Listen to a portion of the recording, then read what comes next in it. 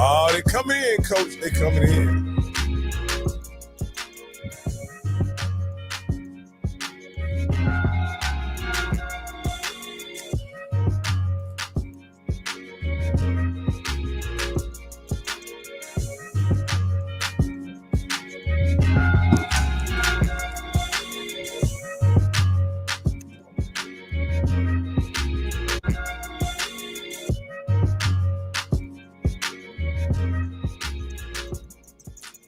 I would like to welcome everyone to HBCU Coaches Corner. I'm your host, Rocky Miller, along with my featured host tonight, none other than the SWAC legend himself, the TSU champion. You're not the only TSU championship coach, but one of two. Hey, Coach, ain't none of them living, Coach. Ain't none of them living with me. Let's get that straight.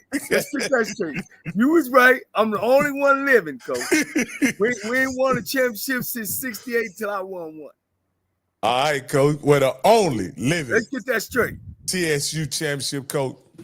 I want to thank all you guys for being here tonight. I know you guys could be anywhere in the world doing anything, but you guys decided to tune in here with me and Coach Cole. Campbell is on the way. He let us know he handling some FAMU business, and he'll be right here. You know, FAMU takes priority over HBCU Coaches Corner. I want y'all to get on him when he get here and let him know that, hey, we got something important going on here.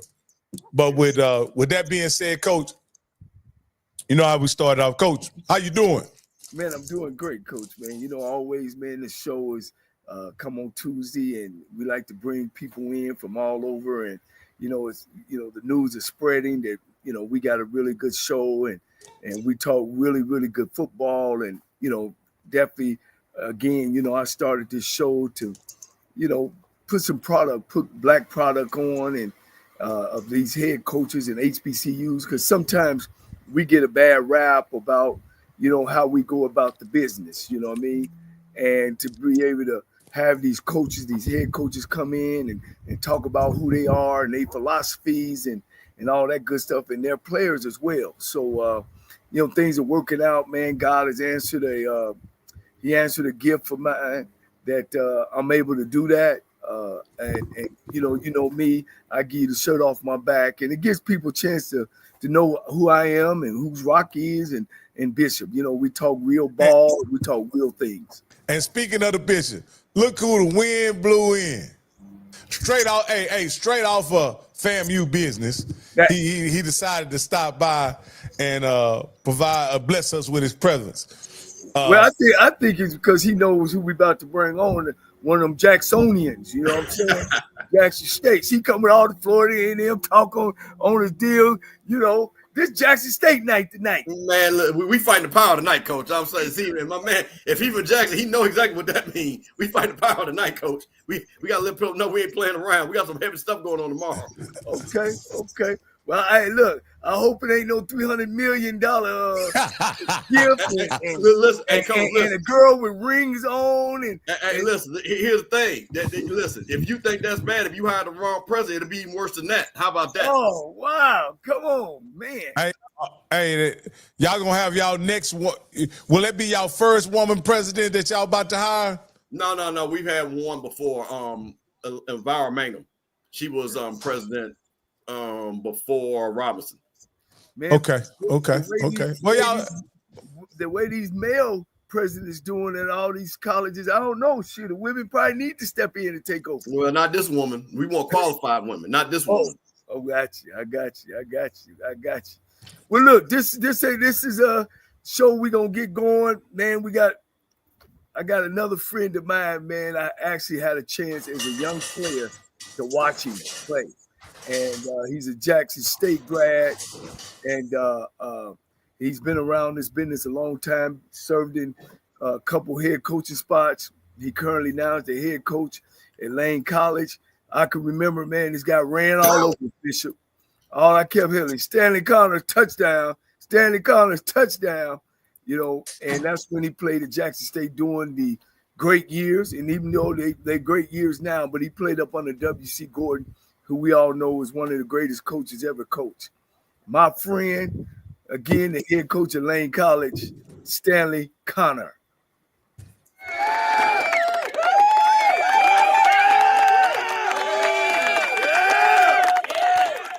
Hey, let me bring Coach Conner up. Yeah, that looks a little better, Coach. We were just getting the top of your head. We just getting the shine off your head. Hey, No, I know you how good it now, is. Coach. Coach, is that the only sign I left? Man, we gotta get your office. I guess you ain't been there long enough to get your office right, huh? Well, I tell you what, Johnny, I'm actually at home in Birmingham, Uh-huh. and I travel with that sign. I tell you, we're on a mission. It's a Okay. mission, so I have to be ready. Okay. Coach Ben, how you doing, man? You Doing just good. came off a championship in SIAC.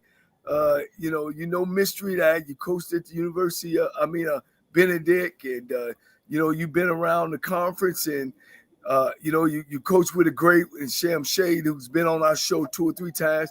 Now we've been getting folks jobs, Stanley. I'm trying to figure out the one you gonna get next, but we'll talk about that later. Let's stay with Lane, man. You've been on the job not too long, man.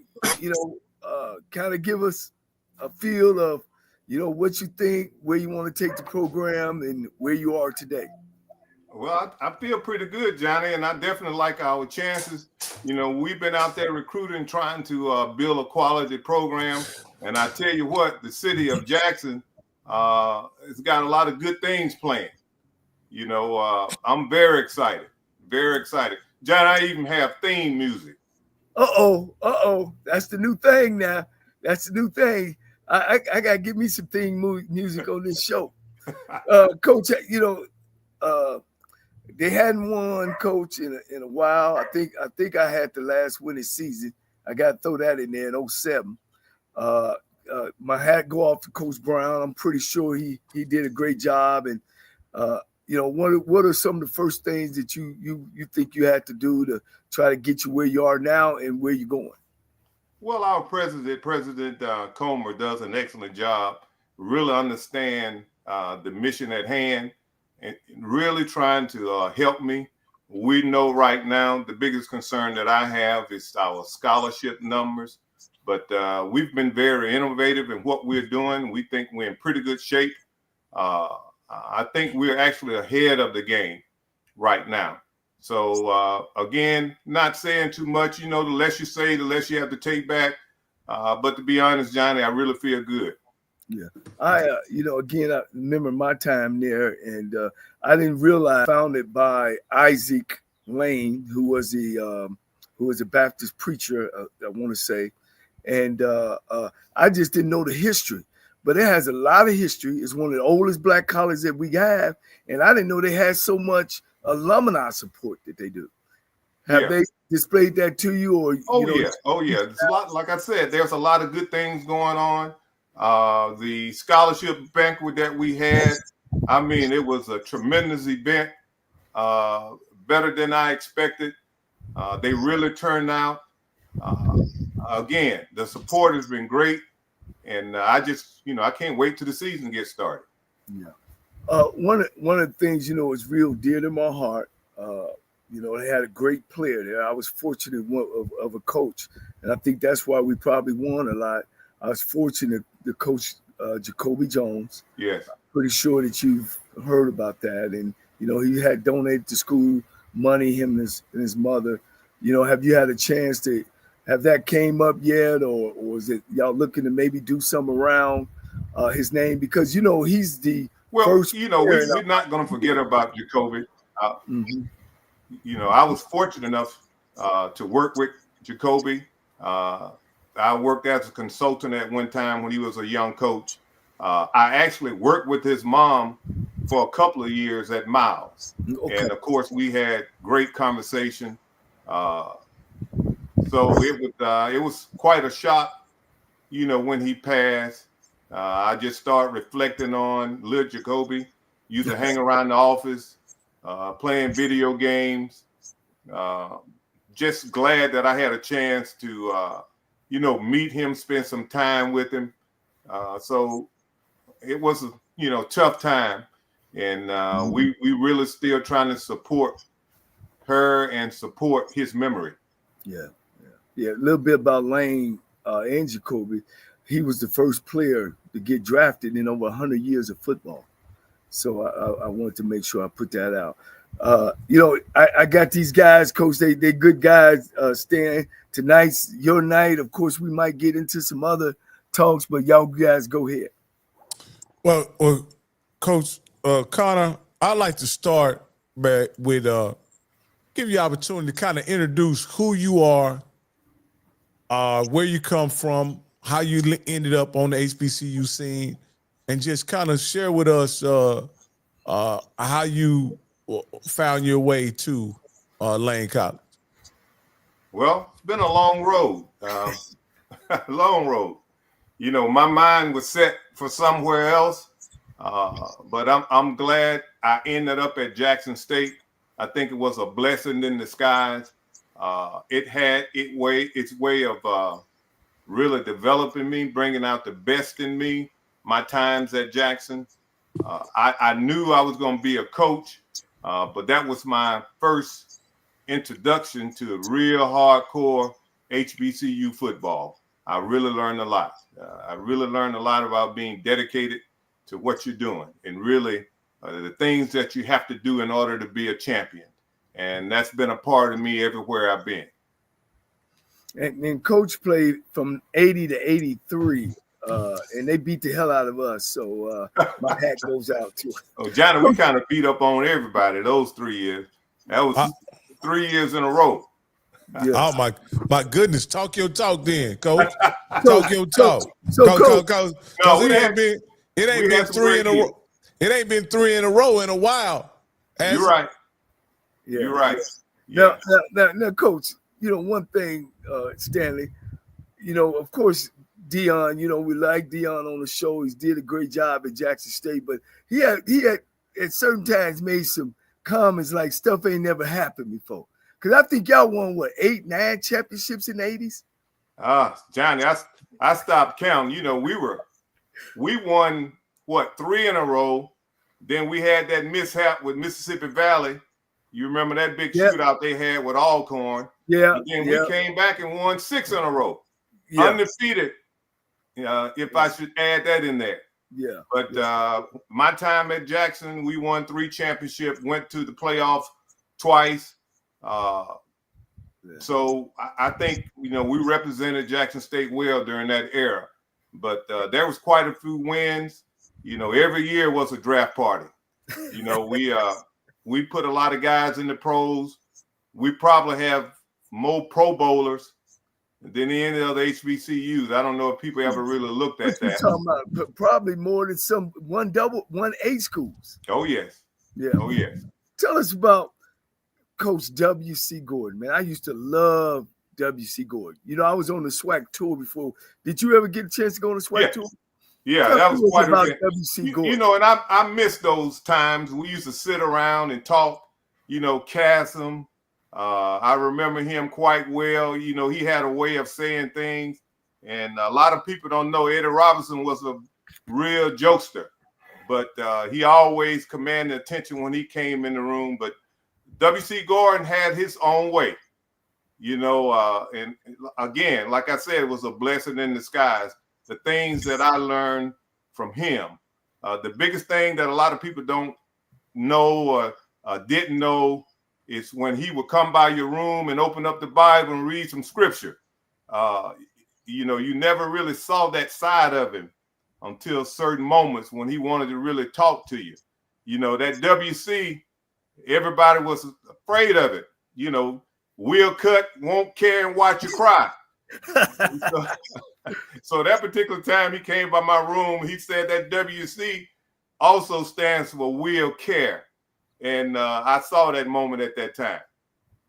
Let me ask you this, Stanley, Coach Connor, because this is interesting to me as someone who originally had limited knowledge of HBCUs. And in my opinion, the biggest brand in HBCU football is by far Grambling, right? Yeah. But each and every time I talk to somebody who was either part of the Jackson State program, a Jackson native, or just somebody from Mississippi, they tend to point out how often Jackson State would beat the great coach, Eddie Robinson. So tell me, explain to me, how did the Grambling brand become so huge at a time where they were being dominated by Jackson State? Well, I don't know whether or not we really dominated Jackson. You know, back then we didn't have too many rules. So when we got ready to play Jackson, we knew what kind of play Grambling, we knew what kind of week it was going to be. You know, 3 times a day it was going to happen.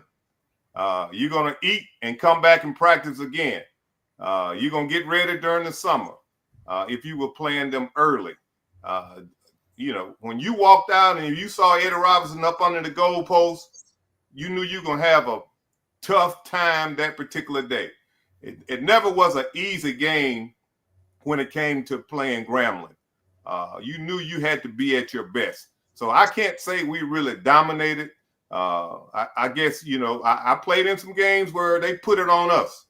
But they knew when it was that time, a Jackson and Grambling game, you had to be at your best. Yeah. Let me piggyback off of that too, Rocky.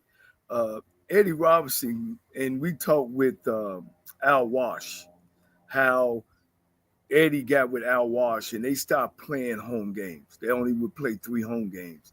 And Eddie was the first one to take HBCU gold, you know, in the 70s as well as the 80s. So Eddie kind of was more that Showtime thing. And it wasn't so much of Jackson Grambling overshined Jackson State. It was more so they were on the road a lot, played up in New York, Chicago, Tampa, played over in Japan. So Eddie was more of the big figure. W.C. Gordon to me was more of the grandfather, the coach on the side. You know, he wasn't really about showboating to me, but Stanley, you sure enough can share more of that with them than I could, because I mostly was watching it from the sideline. Yeah, I tell you, people don't realize what a class act Eddie Robinson was. I remember one game, we had a receiver to get hurt, and we had to leave him in Louisiana. But I tell you, Eddie Robinson and his wife came to the hospital every day and brought him something, some kind of home cooking. Victor Marshall was his name. He talked about that for the rest of the school year, how he and Eddie Robinson had these conversations and what his wife was doing. You know, you talking about a head coach that took time out of his day to come see another player that was injured in a game. He was not alone. Every day he was at the hospital to spend some time with the young man. Just class. And I'm glad I had the honor and the privilege to meet him, to sit down and talk with him about how you treat people. I can remember him telling me, Coach, no matter how tough it is, when you come back home, make sure you feed your players. He said, don't ever let it be a time you so mad that you don't want to feed your players. He said, make sure you feed them, Coach. Make sure you feed them. Yeah. I just piggyback off of that too, guys. I'm going to let you in there. You know, when I went on the SWAC tour, and the SWAC tour, Rocky and Bishop, you know what it was. We would stop at every school. And they would get out and the coach would talk. They bring 2 players with them. I seen some gentlemen, guys, and I was a player, that they would sit up in the front, all the head coaches. And then at that night, they would go to each other's room or whatever room had all the liquor. And man, they were close, coach. These HBCU coaches were close, man. And if you worked in HBCU, they would send you around and hire each other and make sure everybody had jobs. And when they would go play each other, they would actually go over each other's house or to the hotel and have some drinks and talk. We were more, the conference was like this, you know what I'm saying? And I guess, you know, I try to bring that type of attitude with me, but I know things have changed. You got social media and that kind of thing. But I think it only changed with us and not them, because they still hire each other, and we sometimes do the same thing, but we could be better. Oh, yes. I agree. Well, that's interesting. I'd like to get Mr. Campbell's perspective on this, on it, if he has a moment to. Yeah, you're gonna have to unmute though. Talking before I start, Coach. First of all, I appreciate you being on, Coach. I see your last name. Now, are you related to Darian Conner? Are you related to him? Yes, we're related. It was quite a few of us at Jackson. Okay, is that a cousin of yours or is that a brother? Yeah, we're cousins. Okay. So hey, listen, Rocky. Now that Conner name, those are real ball players. Okay, so that's exciting. Now, Coach, like you said, you played at a time. Again, I'm from Jackson. Saw those great teams in the '80s. Grew up during that time, and one of the things that I always admired was, as you say, the talent on those teams. The amount of talent. And I told guys this, and I had Rocky as our newest guy. He came, I call him a primate. He came when Dion came. And they were shocked when I told them. I said, hey, man, those guys in the 80s, in a 5-year period, had like 25 guys drafted. I don't think people understand that.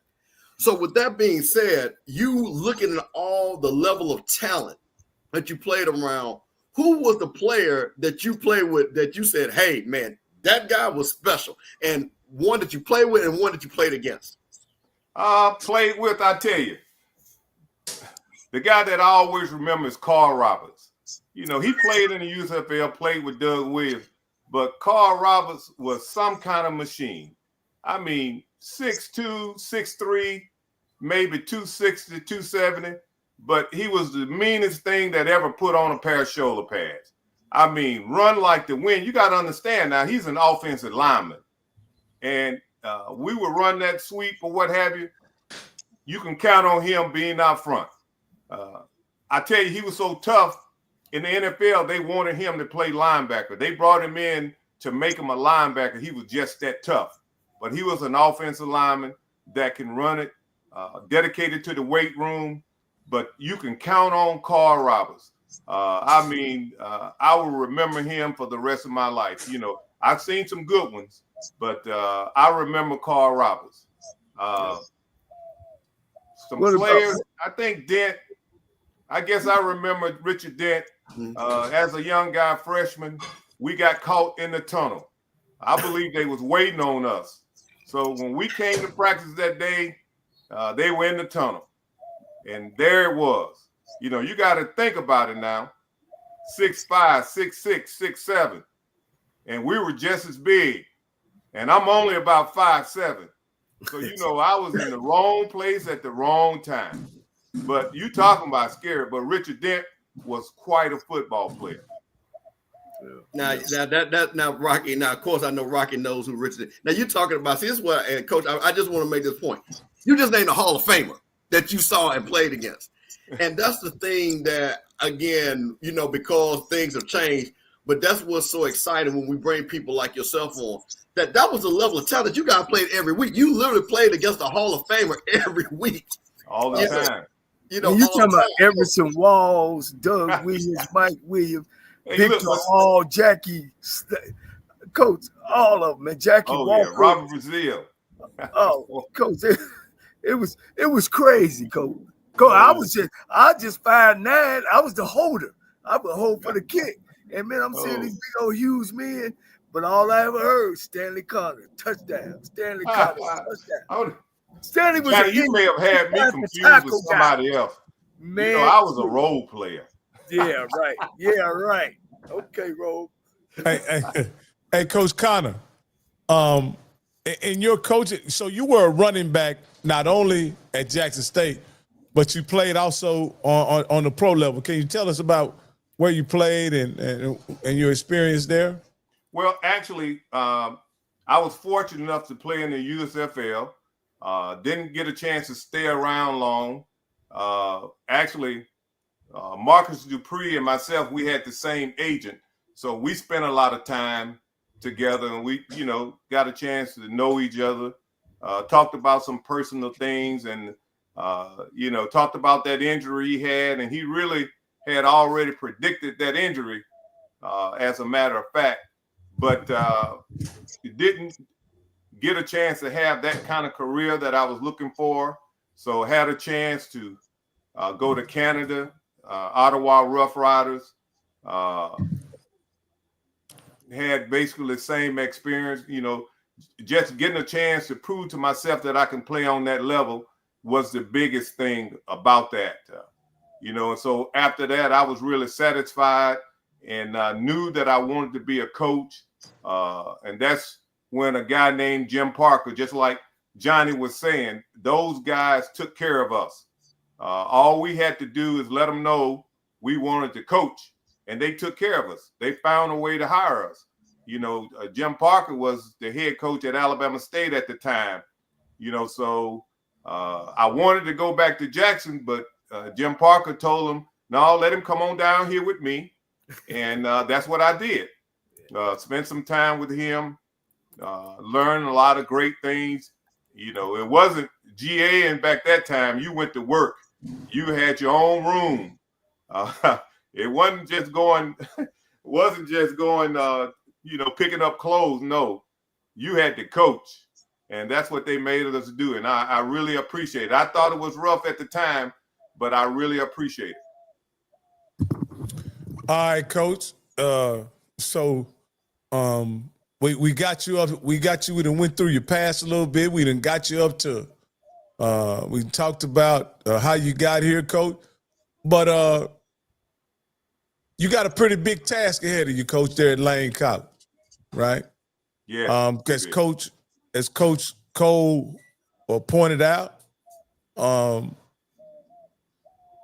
previous guy who was on our show was relieved of his duties, primarily because they didn't win, Coach. What's your plan to get Lane back in the winning column and a respectable school in the SIAC? Oh, I tell you, it's divine intervention. I was in the room. I tell you, it was this envelope. And they said, in case of emergency, open that envelope. It was a letter from Johnnie Cole. So I say, this is an emergency right now, so I'll open it. So he say, develop a plan and stick with it, but be flexible, but stick with what you believe. And that's what I'm going to do. Johnnie used to have his theme. I don't know if y'all remember Cold-Blooded. That was the thing when Johnnie hit the state of Alabama, Alabama State. It was all about cold-blooded. And that it was, but a lot of people don't remember. Johnnie did a great job at Lane College. Can't remember exactly what the record was, but I do remember presenting Johnnie with the trophy from the Alumni Association for being Coach of the Year.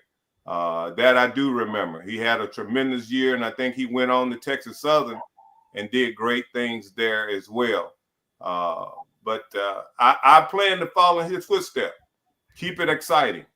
You know, keep it exciting. It is a big task, but I'm really looking for great things, and that's how I'm gonna be able to stay at Lane, Johnnie. I'm not looking to go anywhere else. I'm looking to stay at Lane. So I know you won and got on, but I don't think I'm going anywhere. I think I'm gonna be here for a while. I told you I had my own theme music right now. Yeah, it's all about the city of Jackson. Our city, our team. Can you tell us about some of the players that are currently on the team and that you look to contribute in the upcoming year? Well, you know, basically we pretty much got a new team, to be honest. When I got there, a lot of people had got into the transfer portal.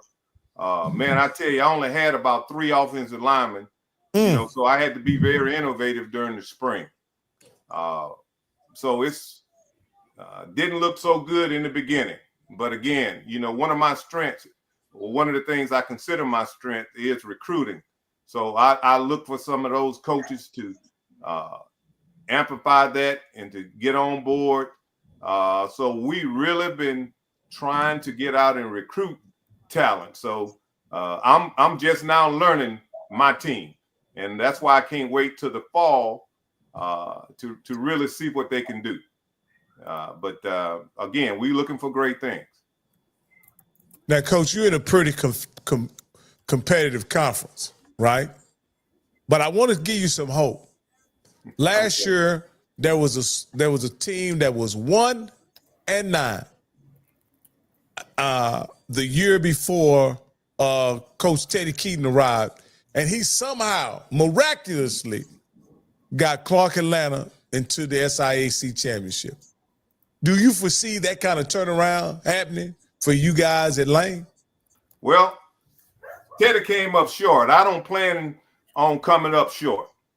Again, unless you say, unless you have to take back.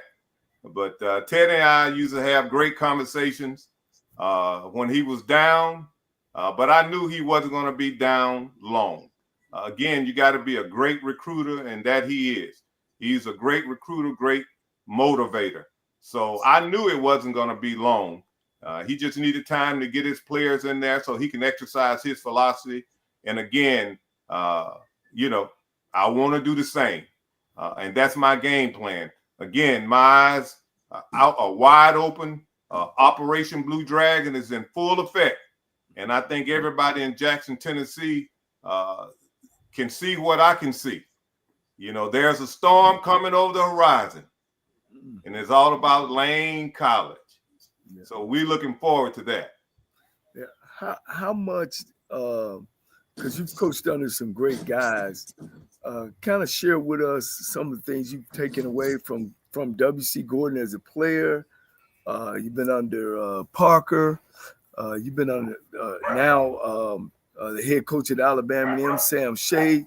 You've been under some great guys. How much have they influenced your coaching? Well, I tell you, people don't realize how personal it was back in the day with the coaches. Like I said, W.C. Gordon and I had a real good relationship.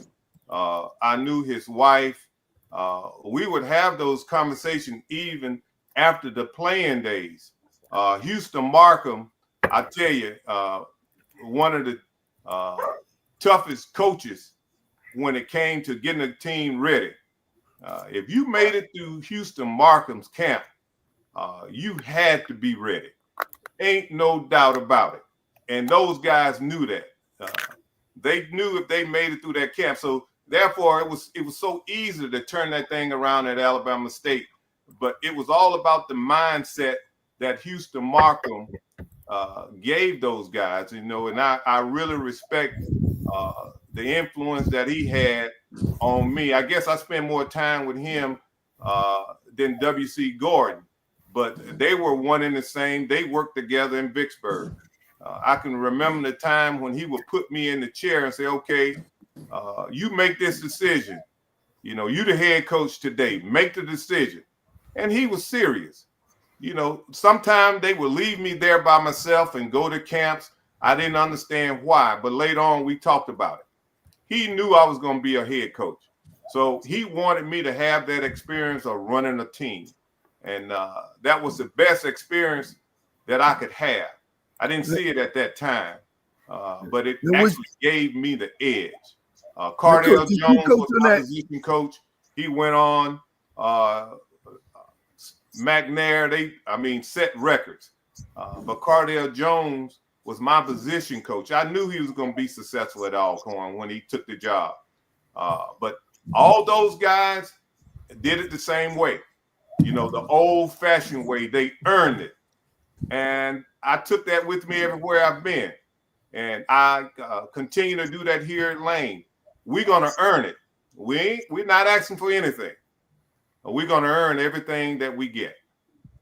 Now, Stan, was you on the national championship team at Alabama State? I had just left. Oh, I took another job. That was 90, I believe, 89, 90? Yeah, 90, yeah. 90. Yeah, with Ricky Jones. Yes, sir. Yes, sir. Yes, sir. He could, and Barlow. And Barlow, yes. Yeah. We've had him on our show as well. Now he's the new coach at Tennessee State. If I'm a parent, I'm looking at this show, Coach Conner. What would you tell me to make me want to bring my son and bring him to Lane College, just for you and also the college? You're going to be treated like a man. And I'm going to make sure you're ready for this thing we call the real world. You may not know it when you get there, but we're going to talk to you about the power of potential and what it looks like. And before you leave there, you're gonna demand your power, and we're gonna have you equipped to get it. When you walk in a room, no matter who you're around, kings or queens, it doesn't matter. You're going to be able to stand out in that room. That's the way we see it. That's the way we work. Dr. Comer has this thing, next level of excellence. And that's what it's all about. We're all about igniting our players, giving them the information, and then the impact, and giving them the voice to, to have impact within the society, within this world. So we're gonna change this thing one family at a time, one community at a time. We're looking for great things this year from Lane College, and I think the time is, like I said, the time is here. The setting is perfect. Again, John, I keep saying these people are excited. I never had theme music. I keep telling you, we have theme music. So, and we got to listen to just one of the clips. I have about 4. Now, when the coach, wait a minute, hold on. Now we got to do this right. Wait a minute, hold on, coach. Where are the clips on the social media so we can? Where is it at? Well, I can't. We can't put it out just yet. Oh, okay. But, I can give you all a sneak preview of one of them. If we have time that I can just let you listen Coach, to one of them. This your time, Coach. This your time. We usually 3 hours, but we just in 36 minutes. Touchdown in Jackson with fire in his eyes and purpose in his stride. New to Lane, new to the West. Can you hear that? But already home. Yeah. He's not just calling plays, he's calling a movement. Operation Blue Dragon, his battle cry.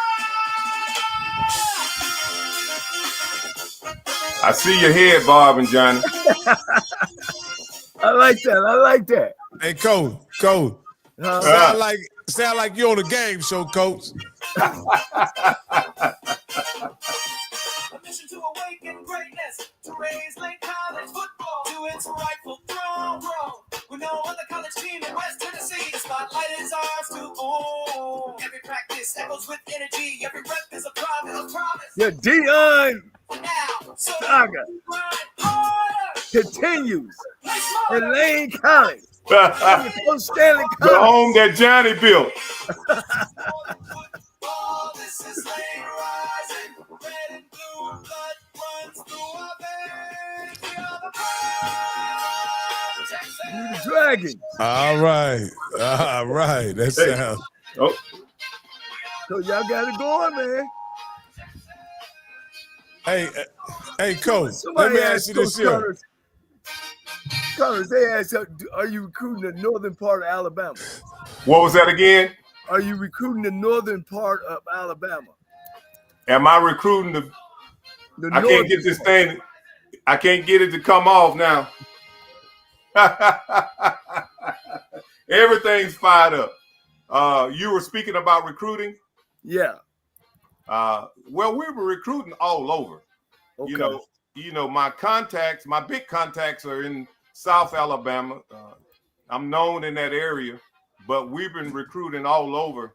To make this thing work right now, we really have to recruit this Tennessee because we get the biggest value out of our dollar, so to speak, because Tennessee does a great job with their grants and what have you. We're able to really focus on the Tennessee area. Okay. Coach, what can we expect to see on September 6th when you line up against Lincoln University this upcoming season? Like I say, I always say, what would Johnny do? And Johnny would go deep the first play to set the tone, so that's what we're going to do. The first play of the game, we going deep. All y'all been talking. All of them been talking, Coach. I'm just saying. That's He what gonna you do would do, some right? trickery. Oh, yeah, triple reverse. I remember. Triple reverse double pass. We ain't ready for that, but we can throw it deep. We recruited speed and size on the outside, so we're going to throw it. Well, I'm gonna have to call Coach Moses at Lincoln. That's one of my guys. Okay. Hey, well, let me go through it. Let me go through it a little bit for you guys, because I see an interesting game here, Coach. Okay.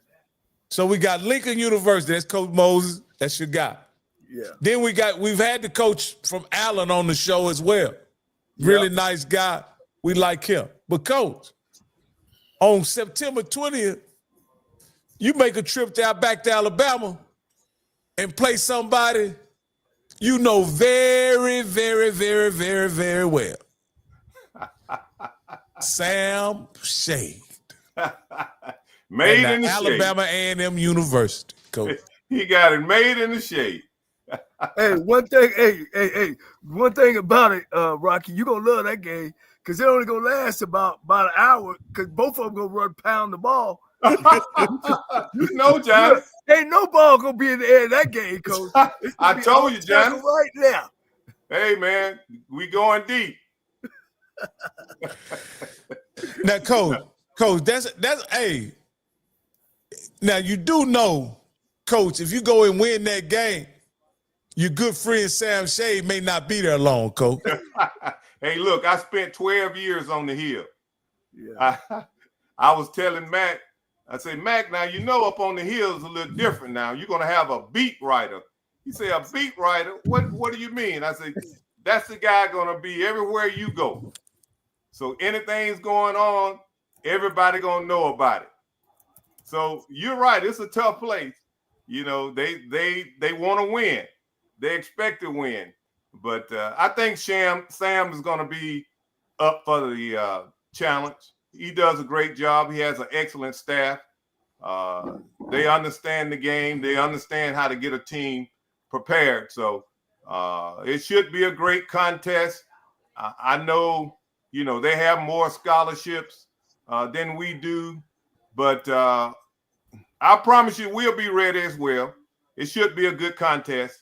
So we're looking forward to it. That's definitely one of the games that I have circled. Coach, I was looking for a game on your schedule. Don't seem like y'all got. I was looking for when y'all travel to Atlanta and play play Clark Atlanta, but it looks like y'all gave each other a break this year. Look like it, so it'll have to be in the championship game. Oh my goodness! I think Teddy is looking to get back, and I'm looking to make history. I'm working that way, regardless of how it turned out. We working to be champions, and we would have it no other way. And let the chips fall where they may. But that's how we are going to work. All right, Coach. Rocky, were you going? No. I was going to let you get in there. Coach, I wanted to ask you a question. Coach, this is a compliment. Man, listen, you look like you're 30. But I know you're old school because, like I said, you came out of Jack State, so I'm 55, so you got a little age up, but brother, you look good. With that being said, Coach, and coming from the level of coach that you just named that you coached under, what is from, as they say, what of the old have you brought to go with the new? And because it's a different time, different group of kids. You can't say the thing that you can't go 3 times a day like Coach Gordon said. What have you learned? But the foundation from the old school that you're not going to apply to the new school player. Look, hard work is going to be talent any day, especially when talent don't work hard. So what I'm bringing from the old school is just old-fashioned hard work. Smith and Barney, as they would say, we're going to earn it. The new school is all about being innovative. It's all about making sure that your kids understand the most important thing is that you care about them.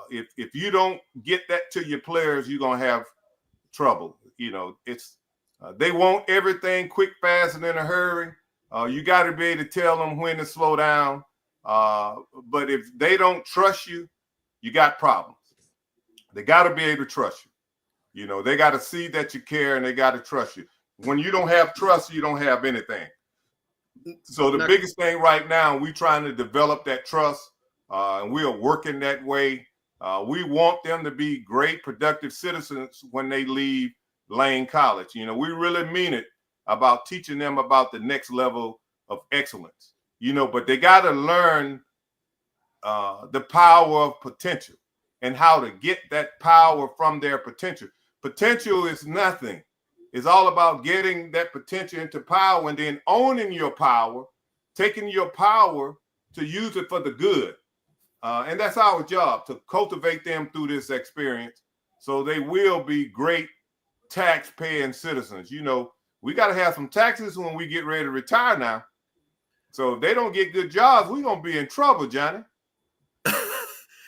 Now, Coach, let me ask you, you know, you said something, and I love what you're saying. Now, one of the things now, and I heard now, see, Coach, see, you already opened up this Pandora's box for me. You got the theme song. Now, is there something that you're going to be cultivating through social media that you're going to be using this as promotion to promote yourself and promote the school, and then let future recruits, future, you know, people of men of lane get to see what it's all about? Are you going to, is that going to be one of the things that, as on the new school side, that you're going to utilize and try to start working with? It's all about the city. You know, our city, our team. And that's what it's all about. You know, it's not just Lane. Again, we're about impacting not only Lane, but we're going to impact Tennessee. And from Tennessee, we're impacting the United States. And from the United States, going to be the world. I don't know if you've seen the movie, what is it, 666? I have. Well, we're a part of that.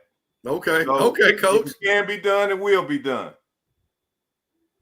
Now, all right, for all you young folks, Coach just gave y'all some homework. That are the women in the Army that made sure the mail got there, that they said could not be done, which, of course, they had to get some black folks to do it to get it done. So, Coach, that's a great reference. And that is, and Coach, you know what's great about that reference is it does say a lot about doing something that people say you can't do. Oh, yeah. And as one of my mentors saying, completing the task. So, Coach, I do like that you have that mindset, and I'm really excited to see what you're going to do at Lane. But, Coach, I tell you one thing: if the coaching thing don't work out, you need to tell her how you balling that ball of youth. Because, man, I'm telling you, man, you got it up there, Coach. You got it up there. You and Coach Cole, I don't know what y'all doing. Well, let me ask you this here, Coach Conner. Yeah. In this NIL era, and in the transfer portal era, right? What are some of the things that are most important about developing a program in this era? It's not going to change. I mean, some of the things are going on now, what's going on back then. You just couldn't say it. But they were doing it anyway, if that makes sense, if you know what I'm talking about.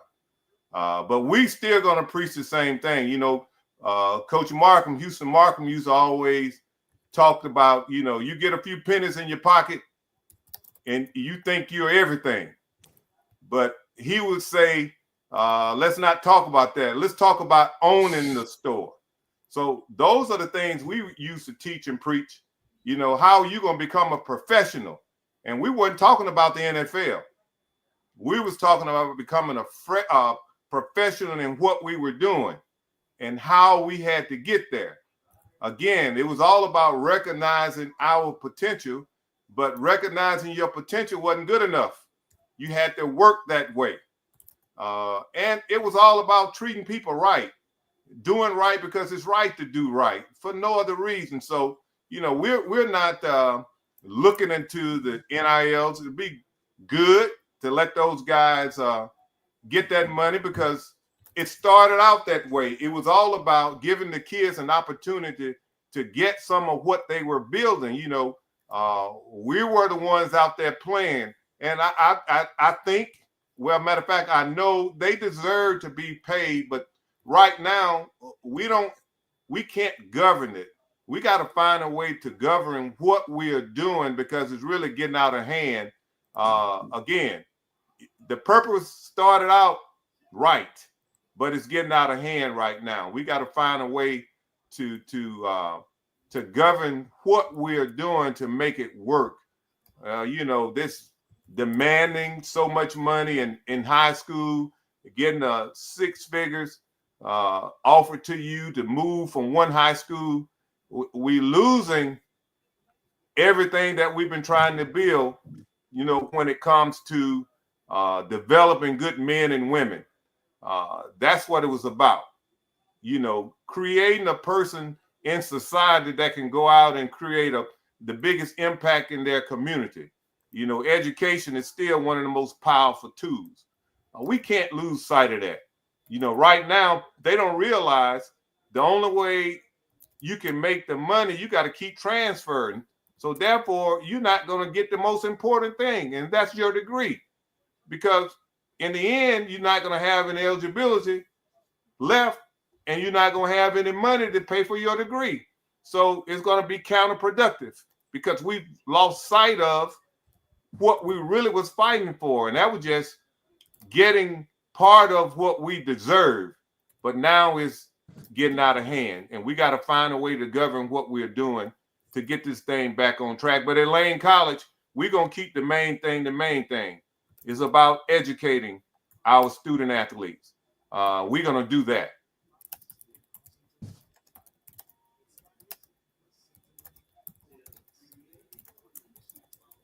Hey, you muted up, Coach Cole.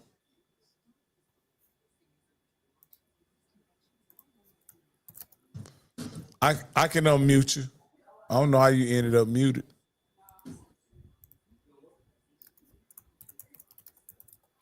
I think Johnny's playing that old trick. Right, He's not really muted. Yes, I can hear you now, Coach. All right, you can hear me now, right? Yeah. Oh, my fault. Hey, Henry Freeman, Coach? Oh, yeah. Yeah, he wanted to make sure we let you know he on the show, and he wanted to talk to you about, but you already talked about recruiting. I guess, does he help you recruit? Freeman. Yeah.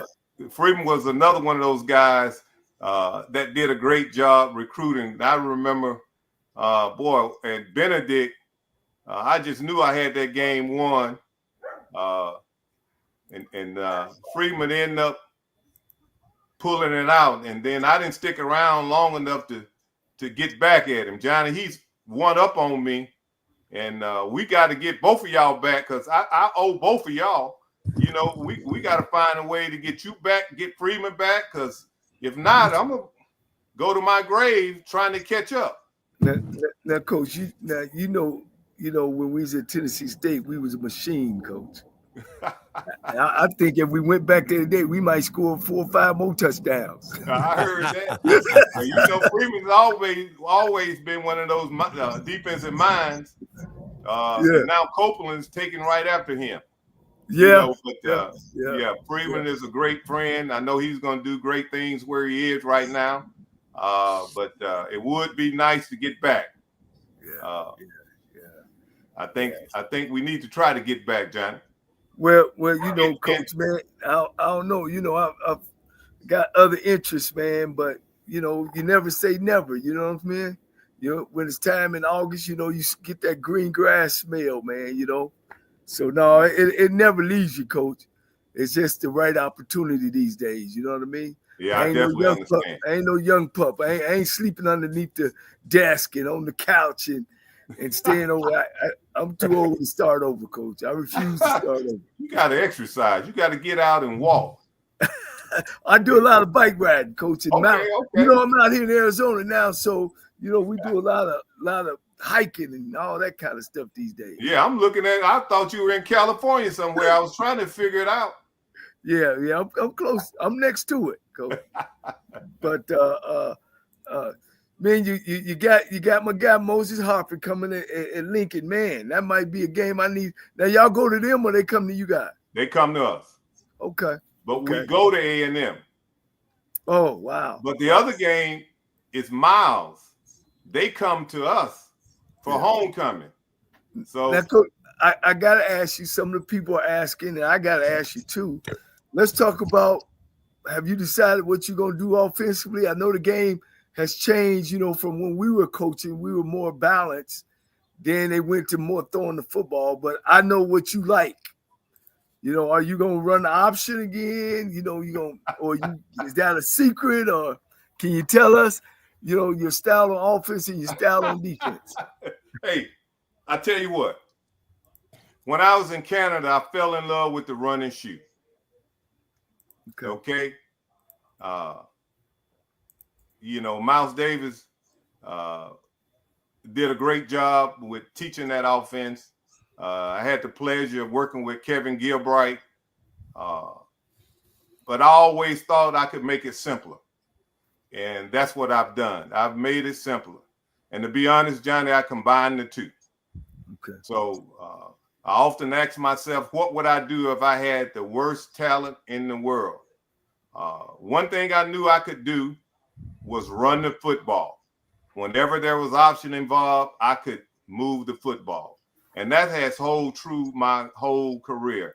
I would always have, if not one, two out of the top 4 rushers wherever I've been. A lot of people don't remember that I coached a Heisman Trophy winner, not a Heisman Trophy winner, but a Heisman Trophy candidate back in the 80s. 88, 89, a lot of people don't remember that was Brad Baxter. Woo! Yeah, Brad was almost 2,000-yard rushers. Yeah. But I had a run at Alabama A&M for years. We would always be the top rushing team, top 10.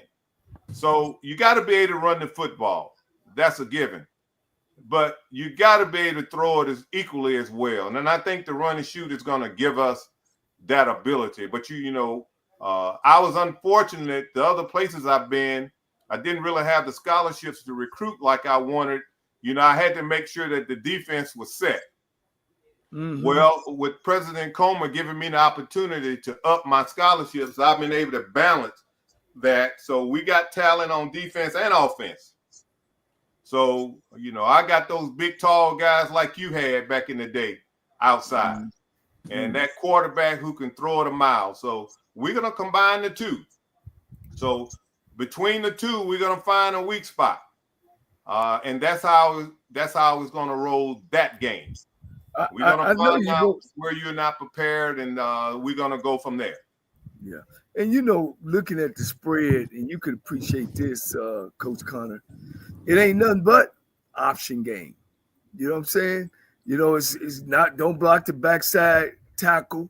That back come out underneath. It's the same thing as veer option. You don't block the front side tackle, and that fullback you read. If he slam hard, you pull. If he get up, you give it to him, and he run up back underneath. It's the same. It's the same concept, but you coming from the gun as opposed to underneath the center.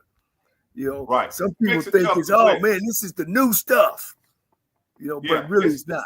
Yeah, it's tough to blitz, and it actually adds because you're not all the way up in the line, so you can see your read just a little better. And it's easier for the quarterback to run his option progression route, to read it, to read the option routes. So, it's just something that I've been looking at for a time and doing part here, part there. But a lot of times when I was head coach, I let the offensive coordinator run what he wanted to run, just try to stay out of the way as much as possible. But this particular year, I'm running the offense myself.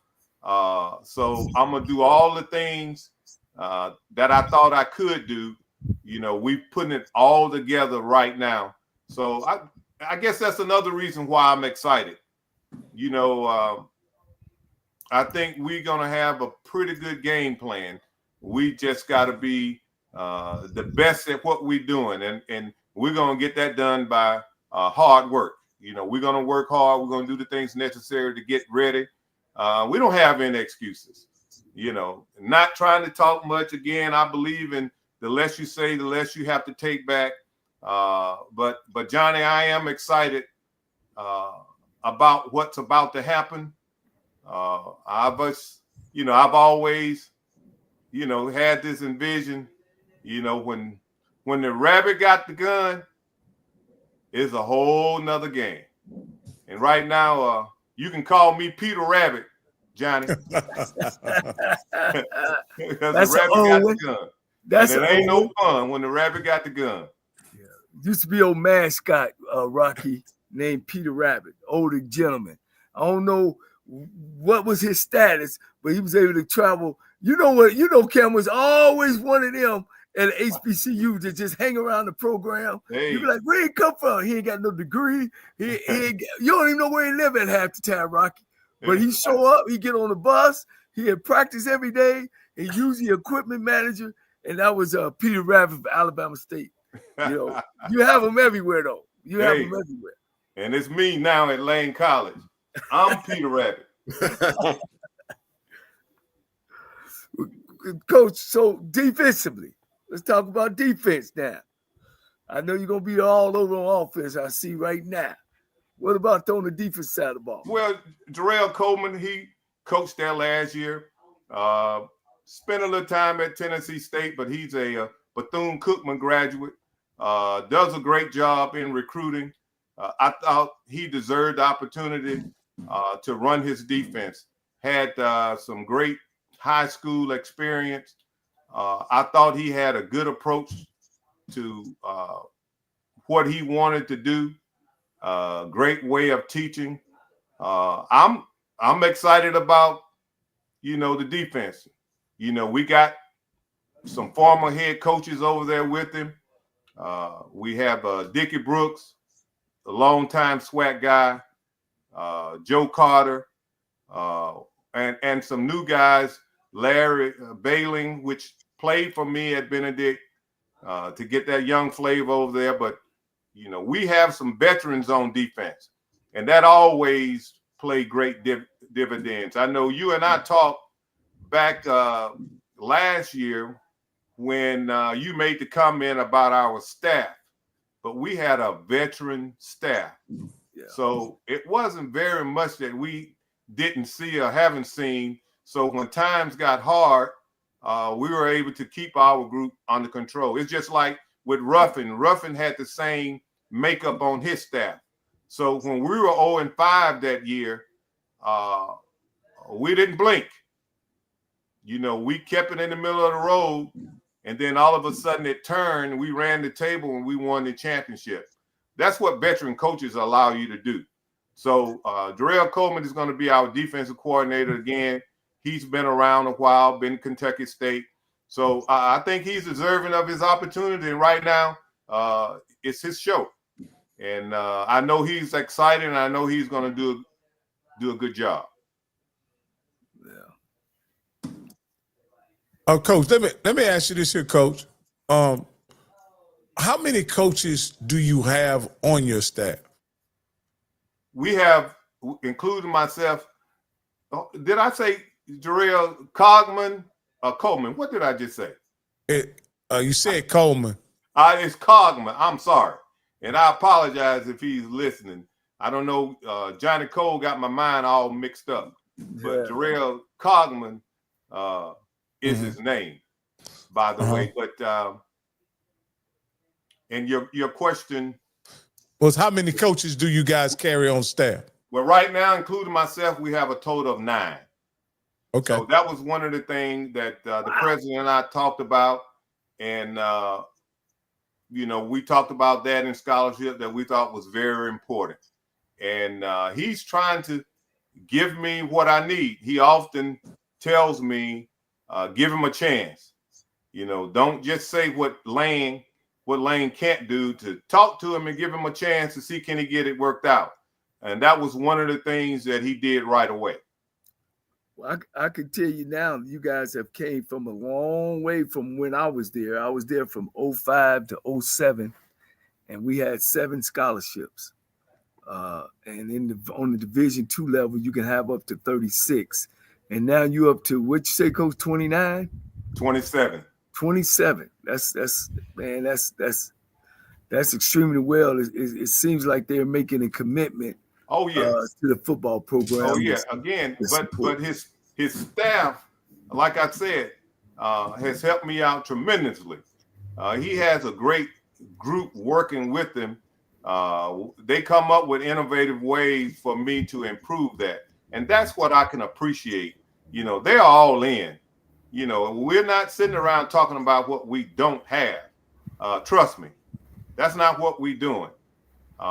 You'll see there's a lot of great things coming over this horizon from Lane College. I promise you that. Now, have the enrollment I know when I was there, we started off at 900, and of course we had some success on the football program back to back, and we went from 900 to like 1300. So that did allow me to get about 2 more scholarships at the time. But has the enrollment went up in Lane? We'll know this year. I think we got a great plan. Dr. Cook is doing a tremendous job. We meet quite a bit.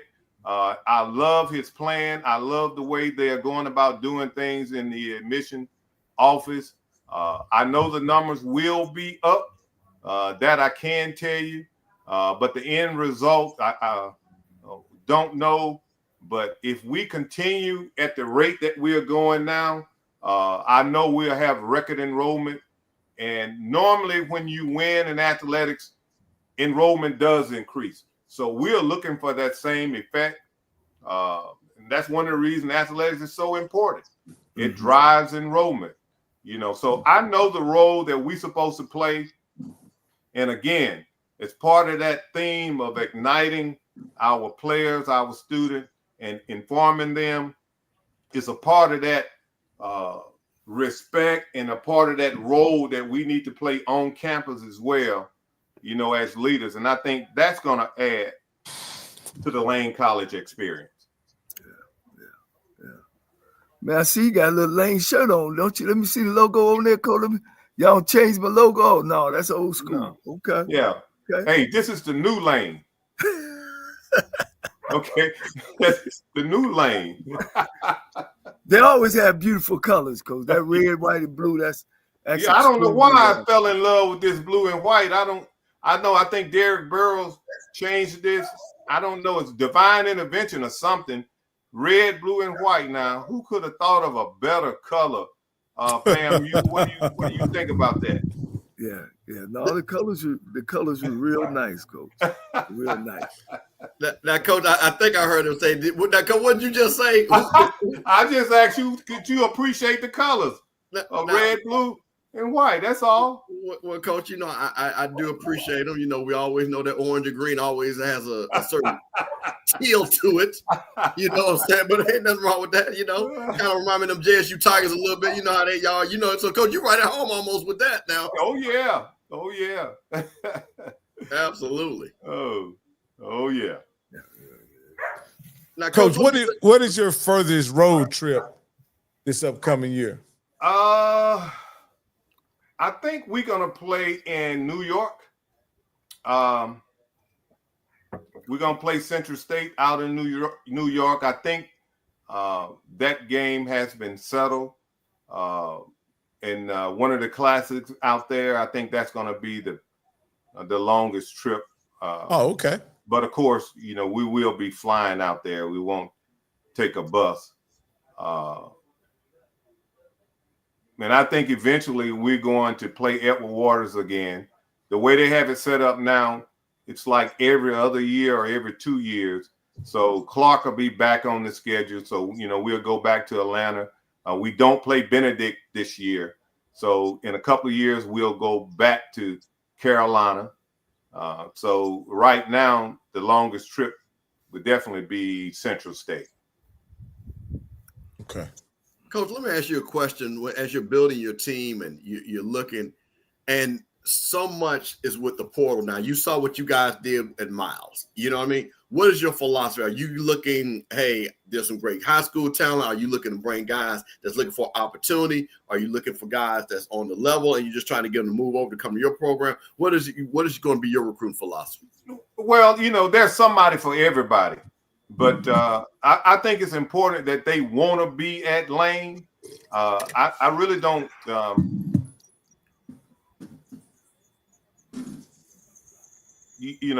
trying to recruit talent, but it's very important to me that you want to be a part of what we're trying to do.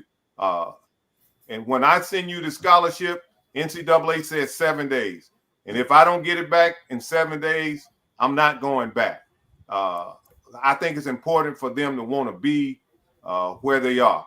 So more so than anything else, other than talent, I want people who are committed to Lane. I think that's the most important thing. You got to be committed to where you're trying to go. I know you have dreams and aspirations, but at Lane College is all about being committed to next level of excellence. Now, Coach, let me ask you a question. That's interesting. Now, is that over the course of you talking to, as you're recruiting a player, and you feel it through, again, just his actions? He said, Coach, I know what you're building. I know about Lane. How do you feel that? Or, what is your level of saying, what you just said, that guy wants to be here compared to the guy? Well, I just want to get out the portal. Yeah, you can't go in with a presentation. Recruiting is all about a conversation, and you got to allow him to talk and express himself. If you don't do that, you're going to miss it. So not so much of me making this presentation about Lane College, but it's listening to the student tell me about his goals and aspirations and what he wants to do. And from that conversation, I know what he's about. I know enough because commitment will come out. But, you'll know how committed he is once you get him there and you all get to working. But based on the things that he's gone through, things he experienced, and once he communicate to you what he's trying to do, you'll know whether or not he's capable of fitting into what you're trying to do. Self-centered person has no business trying to come to Lane. It ain't gonna work. We all about family. We all about team. That's what I want to hear, from hard work. Again, I truly believe hard work will beat talent when talent don't work hard. I believe that. And that's the whole ideal about power of potential. Everybody got potential, right? But who wants to pay the price to bring out their potential? Who really wants to attack next level of excellence? Who really wants to do that? The person who masters that will be the champion of the SIAC this year. I love it, Coach. Like I said, Coach, I just think that you're going to get your players. Well, which leads to what is a Coach Conner player? Self-motivated. You got to be. You got to be self-motivated. You talking about it's all about what you do when nobody's watching. That's what it's all about. If you want 1,000 people cheering for you, when you get out there and work, that's how you have to work, as if you got 1,000 people watching you when nobody's around. If you can't find it to do the things necessary to be successful on your own, because that's what you need to do, you're going to have trouble in this world. This world is very cruel. You have people every day finding out a way how they can take advantage of you. And to be frank, you got to understand that the devil is really out there. It is a devil. And he does seek, steal, and destroy. And you got to understand that. So at some point, you need to know the scripture to know where he's coming from. And that's something that we're not shying away from at Lane. We have chapel on Wednesday. Nothing changed, Cole. We still have chapel on Wednesday, but I also have chapel on Friday. So that's one thing. This is my grandson. I remember when he was sitting in my lap during the interview. Now he's about 6 foot, grown man, construction engineering, about to get out of here. I was going to say, Jesus Christ, you brought a man in there. He breaking me. That's the kind of guys we're looking for at Lane. You got to understand your purpose, but you got to work that way. Man don't work, man can't eat. Yeah. That's what the word says. We're not shying away from that. Make no bones about it. And well, I'll say this, Coach, you off to a good start, because I know through my career when we won championships, it all started in the president's office. When you had everybody on board, from the president to the financial aid office and on down. I know it starts up there. So evidently the president must really trust in you and really understand the magnitude of what it is to have a good football program on a college campus. So I commend you guys on that. And I figured you were good staff, coming off of a good staff. And I see you understood the magnitude of how y'all played at Miles. I've seen y'all play 2 or 3 times, and I just seen the kids get better. The kids was mannerable, because I believe in what you say. I usually say a program is better than a program with talent. I mean, a talented program. Because I just believe in systems, systematic ways of doing things. So I commend you on that. When you guys show back, when does practice start back for you? The kids to report. Well, we have summer school that has started, and we have 2 summer sessions. So the kids who are in school right now, we believe that you come to summer school to get better academically and also to get better athletically.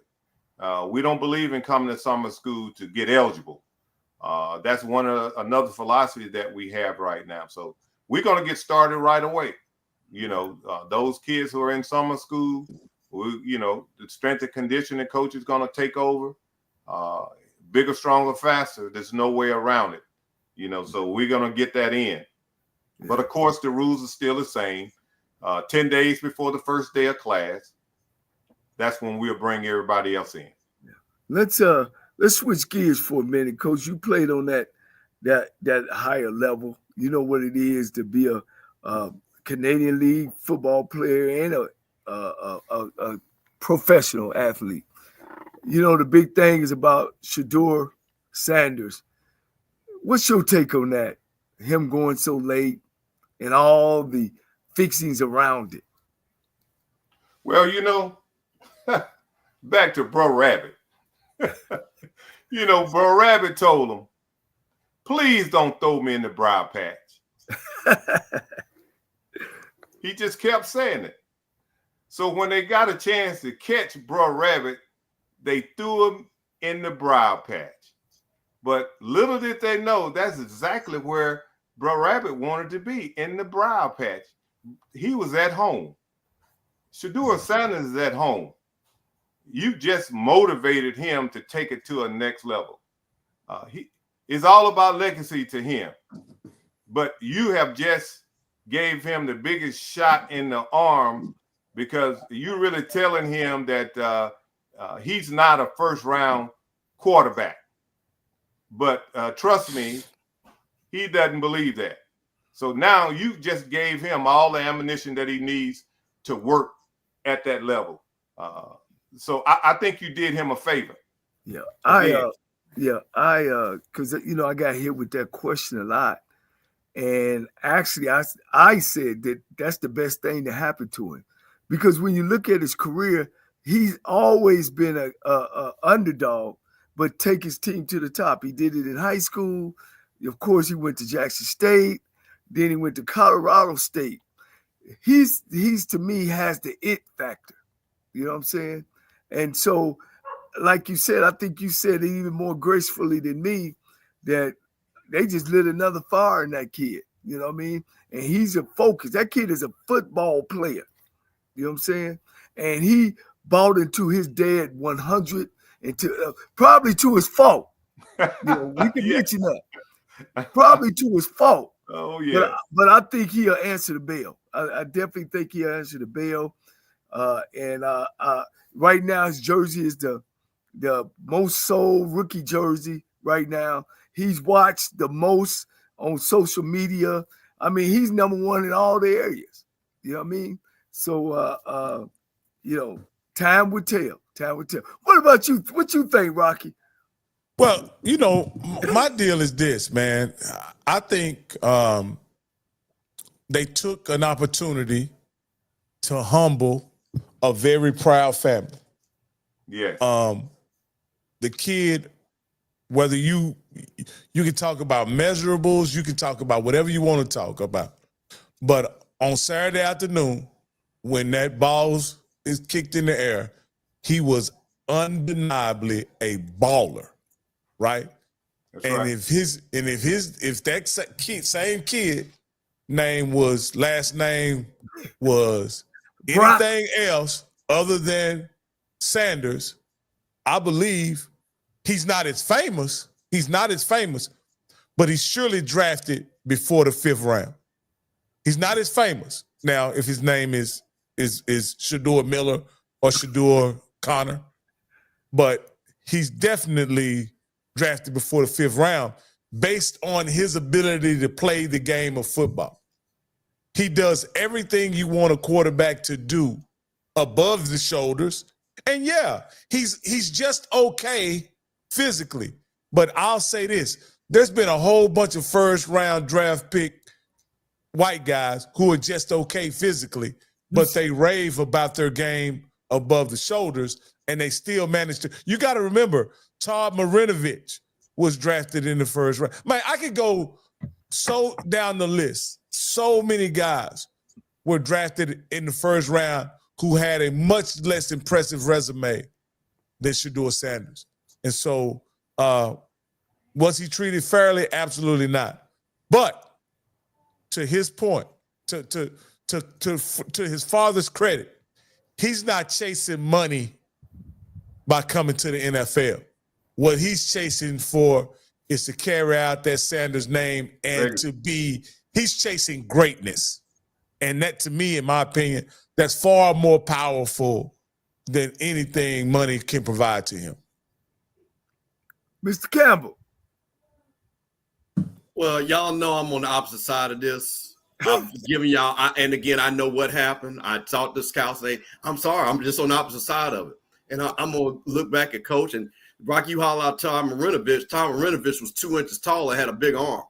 So I watched them USC teams. Did you see him play at USC? I watched every guy you play. Let me tell you something. Here's the thing I'm going to say about this. And go look him up. No, I got Rocky. I was in the business. I don't have to look up nobody. Okay. You the same age. So I know exactly and I know his daddy, he was the first robo. His dad had a whole training level for him. Okay. He was supposed to be the guy and dropped down because he got on drugs out in the SC. That's the reason why he dropped down to the Raiders, because he's supposed to be a number 1 pick. See, that's what I'm talking about. Bro, we here. But I'm gonna get back to what Coach is saying. There's 2 things to all my young people. Rocky, what you talking about is the resume. When you go apply for a job, the first thing you send is your resume, is it not? Absolutely. That's exactly what you just said. But there's also a very important thing, and what Coach talked about is you have to interview. Because no matter what your resume is, if those people don't feel you when you interview, there's a problem. Now, there are things that we have heard, we can believe it or not. But one thing that I have said, and I will believe this to the day I die, you can't go into a job interview and not give your best foot forward. You cannot be late. You cannot say, I kind of don't want to do this, because to the point you're going to work for somebody. And I'm telling you, that coach right here, Coach Conner, is going to teach his kids that on both sides. Not only what you do on the field is how you present yourself.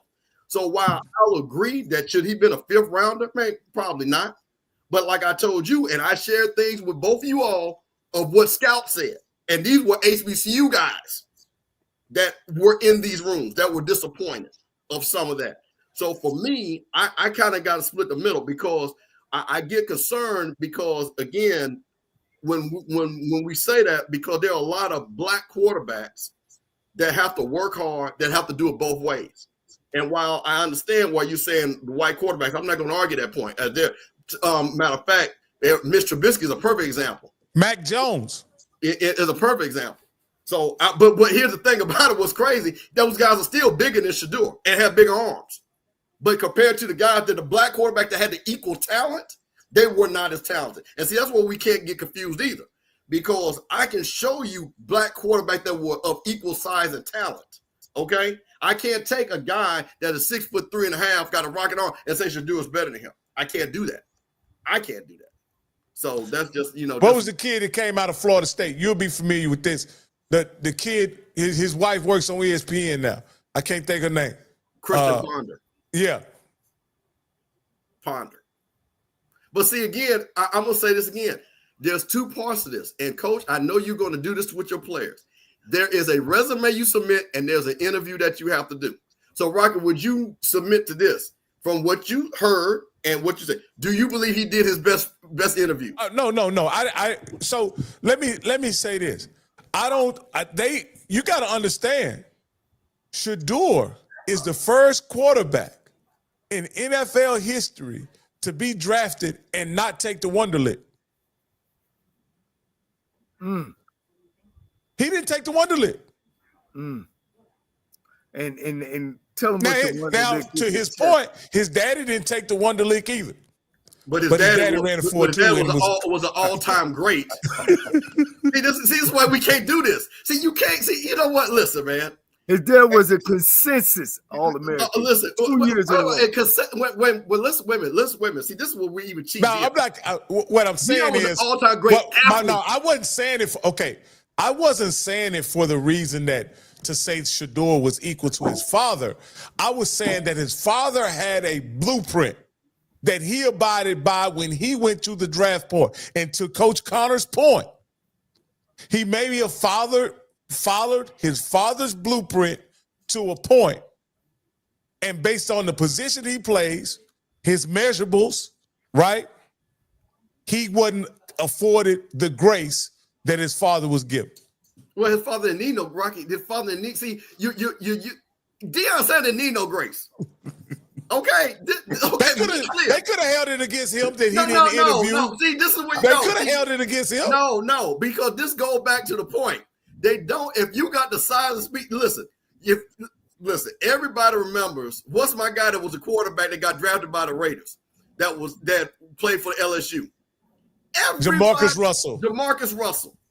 Everybody knew that this guy was not going to be a cop, but because he got on his knees and threw a football 70 yards, and he was 6'5", 240 pounds. Who is that now? Jamarcus Russell. That's somebody getting grace. I recruited him out of high school. That was somebody that was given grace. Okay, yeah, I recruited that kid out of high school. He was a thin kid. He wasn't no 200 nothing. He was real thin. Well, guess what? When he got to that weight room at LSU, that's what he came out at. But I think Jamarcus Russell also he ate his way into that, coach. He was I'll say this. Jamarcus Russell was also one of those guys. If you look up his Wonderlic, he's in the Vince Young range of Wonderlicks as well. Well, that's what I'm saying. So see, that's what I'm saying. All of that, if you have the size. And because again, if Shador could have did all that he did, if Cam Sanders, we wouldn't even be having this conversation. If he was Lamar Jackson that ran a 4.2 that had a rocket arm, listen, man, I ain't gonna. Coach knows this, and both coaches know this. We have people play football that are not brain scientists, okay, brain surgeons. Okay, let's be honest. So I think sometimes, and again, I know people get passionate about this. But I guess just for me, I would have rather for him to put his best foot forward in these interviews, because I think then I could. Because see what you do, and I'm gonna make my last point. Now shut up. What you do is you give people an out when you don't do that, because then they can say, "Hey, that's what happens." So that's my thing. That's my only concern about that. But you know what? But one other thing. But you know, Rocky, wait. One last thing. But it doesn't matter, because you know what? The football's a great equalizer. Because if he's as good as everybody's saying, he's gonna be the starting quarterback. And I think you have a great point there. I think I'll say this.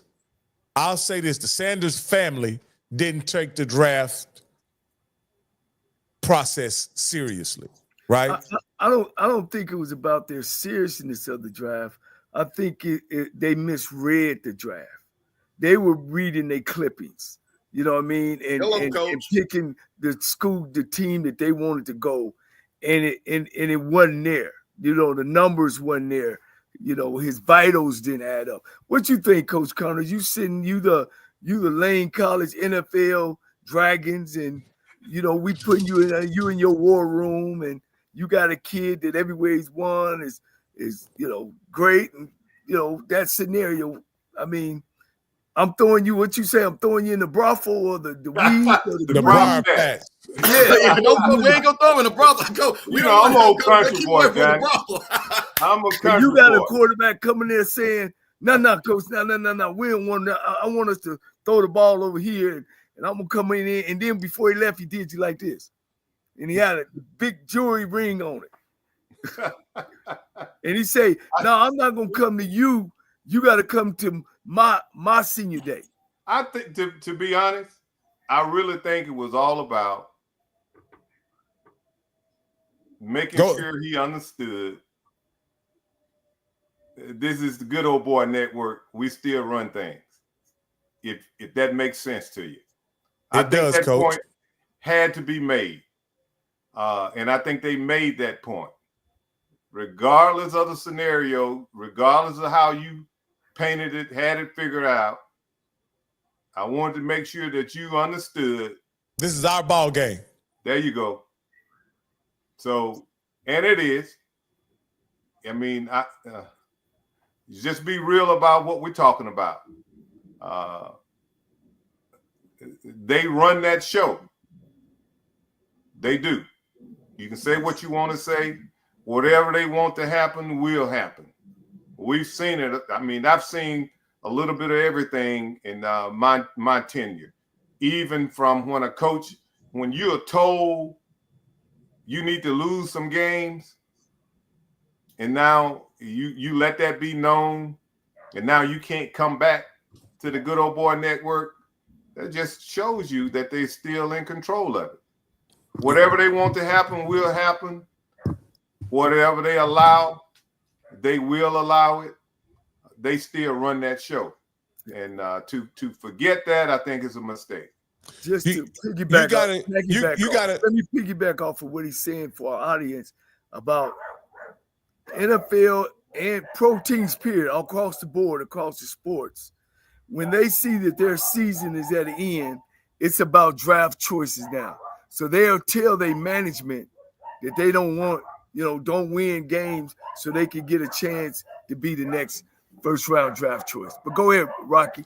And that's what I was going to point out. I was going to point out the most recent situation that everyone know. Everyone know, maybe you don't know, but Brian Flores, the assistant coach for the Minnesota Vikings, has a lawsuit against the pending lawsuit against the NFL, where he was offered money by the owner to lose games, and he refused.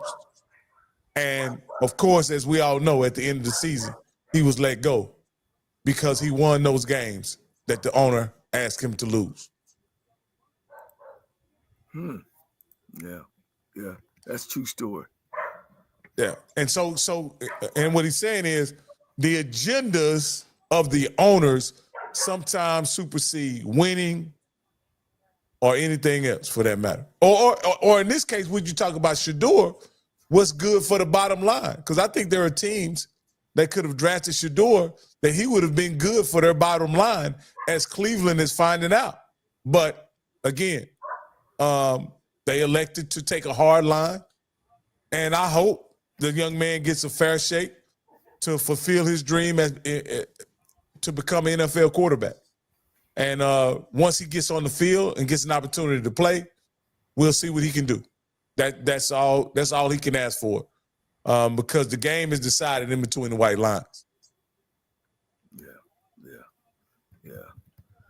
Now, Coach, and I just want to ask Coach, I've been out of the game for a little bit, but I've been in education. You hear me, Coach? I hear you.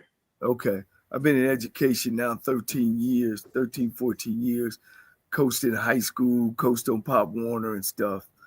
Do you think, or do you feel that the kids are different? And if so, how? Because in my mind, I think the adults treat the kids different. I think it starts there. Again, I teach. I'm in middle school now. I've taught on high school. Now I've taught on every level. Let's just say that K through 5, 6 through 8, 9 through 12, and of course college. And I pretty much kind of stay my same way. I'm old school. They call me old school at the school. You know what I mean? But of course now you can't yell. So now I call it elevate my voice. You can't yell. Of course you can't cuss, and you definitely can't grab no face mask and no jersey or no shirt. But I still think I have success doing it old school, but by taking out those things that And I get a great response. I don't get an automatic response like when we grew up. You know, it's attention. But those kids, I say that I make them meet me where I'm at. No, I'm not your bro. I'm not buying into that. We're not ever going to be on the same level. And I think what happens now is what I see is, and like you say about working hard and people going out and getting talent, people not building football teams, they're just going to get talent. And we're cool and everybody got their hat, everybody rubbing elbows. You know, of course, some of the great coaches are getting out of it. You spent still in the game. What is your take on that? I just think the kids got to understand you do right because it's right to do right. No other reason. You can't be motivated by the money. Now, we do know money is important, but that can't be your why you doing everything. You know, there is a higher calling. You know, I think if you don't involve Christ in everything you do, you're not going to be successful. You know, you make mention earlier about knowing Stanley Conner. Knowing Stanley Conner ain't about it. That's not what you should be concerned about missing. When you miss out on the real meaning behind everything, the real success behind everything, which is the death, the burial, the resurrection. If you don't understand that, what you do is not going to last anyway. So they got to know that you for real and that you care about them. Those are the most important things. Do right because it's right to do right. That's what you got to do. It's all about character, you know, integrity, service, in everything you do. Yeah. Integrity is one of those things. If you do that, it's going to cut out on a whole lot of problems because you're not scared. You're not nervous about anything because what you said yesterday, you can be able to say today because it's still true. That's why it's so important. We miss out on all that because we want everything quick, fast, and in a hurry. You know, we don't want to work.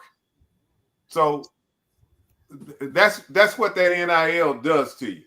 You know, you get it now. You don't understand the value of working, becoming good at your craft. You don't see the value in working hard. You know, you have things handed to you. You know, that's what they feel. A lot of people feel with the Sanders situation. It was handed. No, but you do need to. You gotta understand hard work. That's got to be a part of what you do, and you can't. When you study the scripture, for some reason, I know a lot of people think it's all about learning about Christ, but when you study the scripture, you learn so much about yourself. At least that's what happened to me. And that's why I do what I do. I teach what I teach. It's the love of what I do. This is my calling. You know, sometimes you feel a little apprehensive about really talking about your beliefs. But when you get away from that, it's not going to work. Yeah. It's all about that. Yeah. So, Coach, so you believe coaching has changed, well, I guess to adjust to the kids. No doubt about it, Johnny. Hey, no doubt about it. How many times have you seen coaches do stuff because they want to move up? Forget about the rules or what have you. They want to move up. So they exploit the kids, make deals with the kids. You know what I'm talking about. You've seen it. Yeah. Oh, yeah. Yeah. Oh, yeah. They'll make their own deals. I just don't believe in that. You know, maybe that's why I never really been on the D1 level. You know a lot of those guys, respect them, have great conversation, work for them. But I believe what I believe, and that's not what gets me excited. The main thing is the main thing. That's what gets me excited. We can't. We've losing it. What the game really represents, we are really slowly moving away from it. There is some truth to old school, new school. There is a big difference. you can see. Okay. Coach Campbell, you kind of old school, and I mean you deal at another level, but what you think about the new kid, the new athlete, the new kid? Because I already know it's the new coaches, and there always been coaches that we used to call player coach, but some people took that out of content of player coach, meaning some coaches they let the player be on the same level just to get some out of it. I don't believe in that. I definitely believe in make sure that you respect me, to be able to play for me, and I'm gonna respect you as well. I gotta make sure I say that. What's your take, Coach Campbell, from seeing football for so long and the difference? You see more stuff on the sideline, more fights, more craziness, and players doing more things on the sideline than ever. But you know what, though, Coach, and I don't know what I'm here. You guys can hear me, right? Yeah, we hear you. Okay. I don't know why my picture's out, but Coach. But you know what, though, what's consistent? Even with all that being said, if we go and look to Coach's point on the highest level, on Coach's level, the 1AA level, you know what's funny? All the coaches that have the most disciplined teams win the championship still. It still doesn't change. I have yet to find, and maybe I'm wrong, and Coach Conner, you're there. I can't remember a team that people say, that was just a really undisciplined team, but they had a lot of talent and won the championship. I just don't remember that. Even in all the different eras. You know what I'm saying? Like Coach said, they would say that a lot of people would say that about the Hurricanes. Well, even, you know what? As somebody that was around the 2000 guys, I can't talk about the Michael Irvin class. I was around Vilma and those guys. Let me tell you something about those guys. That was the hardest working group of Ed Reed and them cats. That's different. Dumb dudes, bro. Listen, I was around, and I can, matter of fact, what's funny, if it wasn't too late, I can get a couple of those guys on that team to tell you that they did not play around in practice. They were about business. Hey. Now, the stuff, the playing around, because and people understand the showboat is one thing, but practice, what Coach talks about, the discipline and practice that those guys had to execute. And I saw that firsthand. But guys, don't let it fool you. Jimmy Johnson was a damn beast in that locker room. I met Jimmy Johnson personally. I was with him for a whole week. Jimmy Johnson, that man was about business, Coach. He was. They might have been on the outside acting up, but shit, when he say stop, they stopping, Coach. Well, I would say this. I had a long conversation one time with the first round pick of the Pittsburgh Steelers by the name of Leon Searcy. And he said the one thing that they were taught at Miami, and I think he won maybe three national championships while he was there. He was like, they learned from Jimmy how to manage how the players are supposed to manage the team. And that's one thing that I think that's what you were alluding to, Mr. Campbell, that in that particular era where they were, the players managed the culture of the team. And there was not a lot of situations where the coaches had to intervene. I'll just put it like that. As Leon explains it to me, the players kind of managed the team in that regard. And so I think that's where, what you were alluding to. But having the players run the team, people would say that that's undisciplined. You know what I mean? They would say that that's, Well, Coach, I'm going to ask both of the coaches this. To me, that's leadership. If you have and listen, and I just listen, Coach. I watched you guys on the sideline. You guys had leaders on that team, and I'm pretty sure you could correct me if I'm wrong. That there were things that you guys didn't need Coach Gordon to come and say, "Hey, cut the BS out," because you guys said, "Hey, cut the BS out." You know what I'm saying? And so because again, I can talk about your cut. Listen, Darian Conner, Cameron Condors, and Andre Lloyd. Them boys were not to be played with in that linebacker crew. And I would go up and see these guys work hard and things like that. You play with Jackie Walker and Leon Sid, those, you know what I'm saying? Man, these guys were not to be played with. So, Coach, why don't you talk a little bit about that? You know what I'm saying? Some of that guys that are championship type guys, you know what I'm saying, that had, hey, we don't need the coach to say, hey, let's get up and do practice right. Look, in 1980, a lot of people don't remember. If you wasn't there at Jackson, you probably wouldn't know. We went on strike. People don't, I think it was 80. It had to be 80 because I was a freshman. And I remember those guys saying, the strike was about some things that we thought we needed. We should have, just different things on the field, training table, what have you. So they went on strike. But one thing they made perfectly clear, freshmen, this is not about you. We're going to go over here to Blackman Field. We're going to work. We're going to stay ready.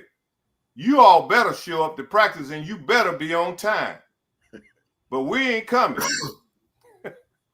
and that's what better had happened. You're right. The players, the older players who had gone through it, they raised the new players who were coming in. You didn't lose sight of what it was all about being the best. It was all about hard work. So even though there was a little turmoil, we went on strike, never stopped working. They worked, and when we got it all worked out, we came back together and we went on to win the championship. But a lot of people didn't think we were going to win, thought we were divided, but we were not. But you gotta, that's when you start talking about changing the culture. I hear that term used so loosely now.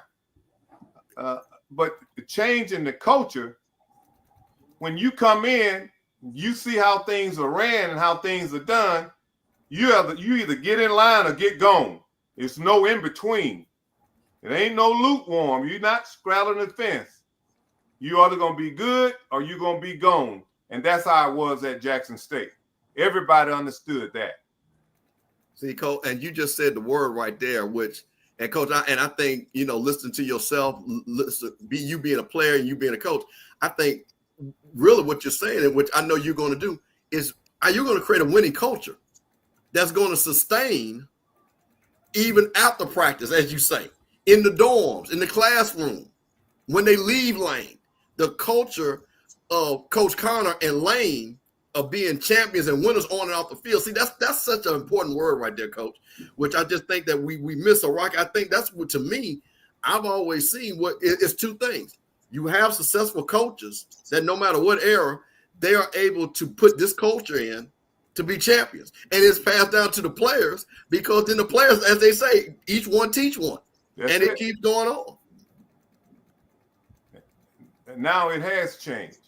Now you impacting that household. He's going to raise his kids right. That's what it's all about. Now you're going to get more involved in the community. The community is going to get more involved, in the city itself and then the state. And now you're affecting the whole world. You're impacting the world. I remember when you got in trouble, the first thing came out of mom, dad mouth, I'm going to call the coach. That day is gone. We don't demand that kind of respect anymore. But you should. Like Johnnie said, no, you're going to respect me. But that goes, you have to do what's right as well to get that trust of the family again. Because, again, the coach has abused his authority so much, it's almost lost. We gotta get it back. That wouldn't happen with W.C. Gordon, Houston, Markham, Eddie Robinson, Marino Castle. That wouldn't happen. When if they said, I'm gonna call coach. I remember Ben Harris in Mobile, one of the most respected high school coaches. I was visiting with him one day, recruiting. We act like we didn't see those guys, but they saw me walking with Ben Harris. They were smoking. You should have seen them hide those cigarettes so quick. But it wasn't that. The idea, those guys was not even in school anymore. Right. They were not even in school. They were out of school because of that respect they had for him. they still felt that way, even when they was out of school grown men, that they had to respect him that way even then. They were putting it out like he was going to take them to the principal office. Hell, they weren't even in school. But that day is slowly drifting away. But that's what I appreciate about, the guys I coached up on the work for. They were more than just a coach. And they were more than just a coach to the parents, to the community. If you wanted something done, you went and got the coach. That's how powerful he was. Well, Coach, man, we don't have you on for an hour and 50, man, but definitely we'll bring you back during the year, right before the season to try to get your preseason, because we do a preseason chart on the CIAA, the SIAC, as well as the SWAC and the MEAC. And, man, we all, me and you talk off camera, and, you've always been a fan of yours, whether you know it or not. I could just still remember as a sophomore, y'all running the score up on us. And all I can remember is Stanley Conner touchdown. y'all beat the socks off. I take it, but I did in the mail, Johnny. Yeah, hey, but I did get back at you when you was at Alabama A&M. So I got you on the coaching level. Yeah. But Coach, I wish you well at Lane. I'm gonna turn it over to my other guys. I'm gonna be still here, but we don't have you on for an hour and 50 minutes, man. Talking about Lane football. But I appreciate you and the things that you stand for, guys. And I appreciate you guys. Thank you, Coach. I appreciate you joining us. Yeah. No, we ain't gonna forget about Lane. Next time we bring you on, we're gonna lead you on with your fight song. Okay. I got another one for you. I'm gonna play a different one. All right. Thank you, Coach. You got anything, Cam, before you go? No, Coach, thank you. And like I said, I wish you well. And man, it's always good to see a former Tiger doing well. So keep fighting. And Coach Conner, we'll let you end it. You'll let us win. What was that? I said I'm gonna let you end it. You got any last words for the HBCU crowd? Yes.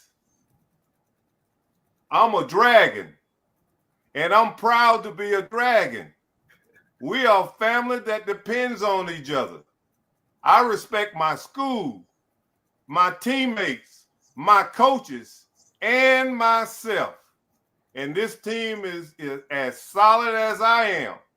And I'll do everything I can to keep it that way. Teddy Keaton. Oh, man. Shots fired. Okay. Shots fired. All right, then, Coach. I'm going to have to clip that one, Coach. All right. Hey, Coach Cole, look like we got another coach that's rip raring and ready to go at his new job, Coach. Yeah. He has his work cut out for him, and he's in good spirits. He knows why he's there. His experience, you could tell his experience from coming in on programs like that, that he got the right motivation. He know the work that's cut out for him, and and when you come in those situations, it ain't time to start talking about what happened in the past and the losing seasons. It's to come in and talk like that. We don't talk about losing no more. We talk about winning. So I think he has the right attitude. He's hired a great staff so far. I believe in the older staff. Not saying you shouldn't have young guys on there. You should, but you should have a mixture. Right. So he got his work cut out for him, and I look for big things at Lane College. Hey, Coach, I was looking at his schedule, and I meant to point it out. Like over half the coaches on his schedule will also be first-year head coaches. So he's got a good shot. He's going to be playing Alabama A&M, Central, Fort Valley. There's quite a few guys that are first-year head coaches. Yeah, Moses is just his second year at Lincoln, but Lincoln only won one game in like 5 years. And if you go on 2-year coaches, you can add Allen in there and Morehouse. And so, I mean, there's not a lot of, the only tenure coach he really has to contend with is the guy from Albany State and maybe Tuskegee, or not Tuskegee, Kentucky State, maybe. I don't know. Coach Campbell, and let's talk about that for about 5 or 10 minutes. Oh, what's happening? All these new coaches and just turn over and over. We wasn't accustomed to that. You know what I'm saying? Do you guys see the turnover? Rocky, we got to sit down and take. I know you took account about 2 years ago, and we had almost 20 new coaches within so many years. Probably in the last 5 years. In a Dion era, up until the start of 2023, I want to say the SWAC had like 21 coaches. And the only coach left is Eddie Robinson. Yeah. Wow. It's the only one left. You're right. In 5 years, it's just one coach left. So Pine Bluff, he going in his second year. Right? Here's the interesting thing. There was about 6 schools where they had already had 2 coaches since Dion had been there. They're actually on their 3rd coach. And then you look at Norfolk, Delaware State, Morgan come back with their coach. Who else we got? South Carolina State flipped from Buddy Pugh. Right, South Carolina State. He coming in his second year. A&T's got on. It was from Sam Washington to that's 3 coaches. Fort Worth, Central State. Wow. I mean, it ain't even an average of 3 years. Well, you look at it, Coach, and I'm just looking at the SIAC because I'm not familiar enough with the other. If you look at this, Coach, a lot of the turnover in the SIAC, I believe, is domino effect because of what's happening in the SWAC. You know what I mean? Right. Is that when you take, Chinnis Berry moves up, and that creates a vacancy. Coach Shade moves up. That creates a vacancy. Now we do have Coach. Has Central State hired a coach yet? Yeah, they hired this guy that was a secondary coach, never been a head coach. He played in the pros for 8 years. So, yeah, they hired another inexperienced guy. Okay. The guy they left has some experience in Coach Porter, but this guy has no coordinator nor head coaching experience. He just played in the pros. Fort Valley, they're going to have a new coach because Sean was elevated. I mean, Coach Gibbs was elevated. So I think that's part of it. Like, let's say this, and y'all can correct me if I'm wrong. When you talk about black head coaches, there's not a deep roster of guys with experience, right? There's not a deep roster of guys. And if you get rid of 3 or 4 guys in a cycle, then you have to start recycling guys, right? That's what it looks like to me. That's what you're supposed to do. You're supposed to look at guys with winning records, and that's why it's important to put these guys in places who have won. You know what I mean? They know what winning looks like, what it smells like. But if you keep starting it, you never finish the race. And like you say, we had 21 new coaches. So there's 21 coaches that was a head coach that's sitting on the side. But there's also a reason why them 21 got fired too, Coach, though. There's also a reason why them 21 got fired too, because they didn't win. But listen, what I'm saying is in 4 leagues with what is it, 40 coaches? We got 21 that got coaching experience out of 40 schools. So now we got another 21 in. You see what I'm saying? The turnover. And the thing about it is did those schools make the right commitment to that guy? it's almost like until pro guys came in, it's like they found money to pay these guys, almost $500,000. But then when you're not a pro guy, they choke the program. So I just don't get the philosophy. Coach, I'm gonna make an observation based on just my limited experience, Coach. One of the things that I was always thought was troublesome is when HBCU coaches express how not only do they do more with less, they almost brag about doing more with less. And I think at a certain point, it becomes the expectation of the AD, the president, and the chancellors for you to do more with less. So they don't invest in the program the way they should. And when guys aren't as talented, who get jobs, who aren't as talented as you or Eddie Robinson or Marino Chasm or Deion Sanders or T.C. Taylor or all those guys over the years who've won championships, when guys who are less talented comes into a situation where they don't have adequate support, they are doomed to fail each and every time. Right. And I think that's part of the problem. Like, you at Texas Southern set the table up for failure in their program because you were able to do it with so much less or with the same infrastructure where other people failed. They chose not to reinvest as they should. And so that way you've had, 3 or 4 coaches after you leave, none of them were able to win because they didn't invest in the program any more than they did when you were there. But unfortunately, Coach, they're not as talented or connected as you are. Yeah. I think we had Kevin Ramsey, Durrell Ashbury, Michael Haywood, McKinney, and now Chris Dishman. That's been 5 coaches in 15 years. So what is that? An average of 3 years or 3 years? Yeah. 3 years and out. So that means, and then what hurt them too now, if you give me 3 years and you don't hire me to January, Campbell, damn, that recruiting class is slow.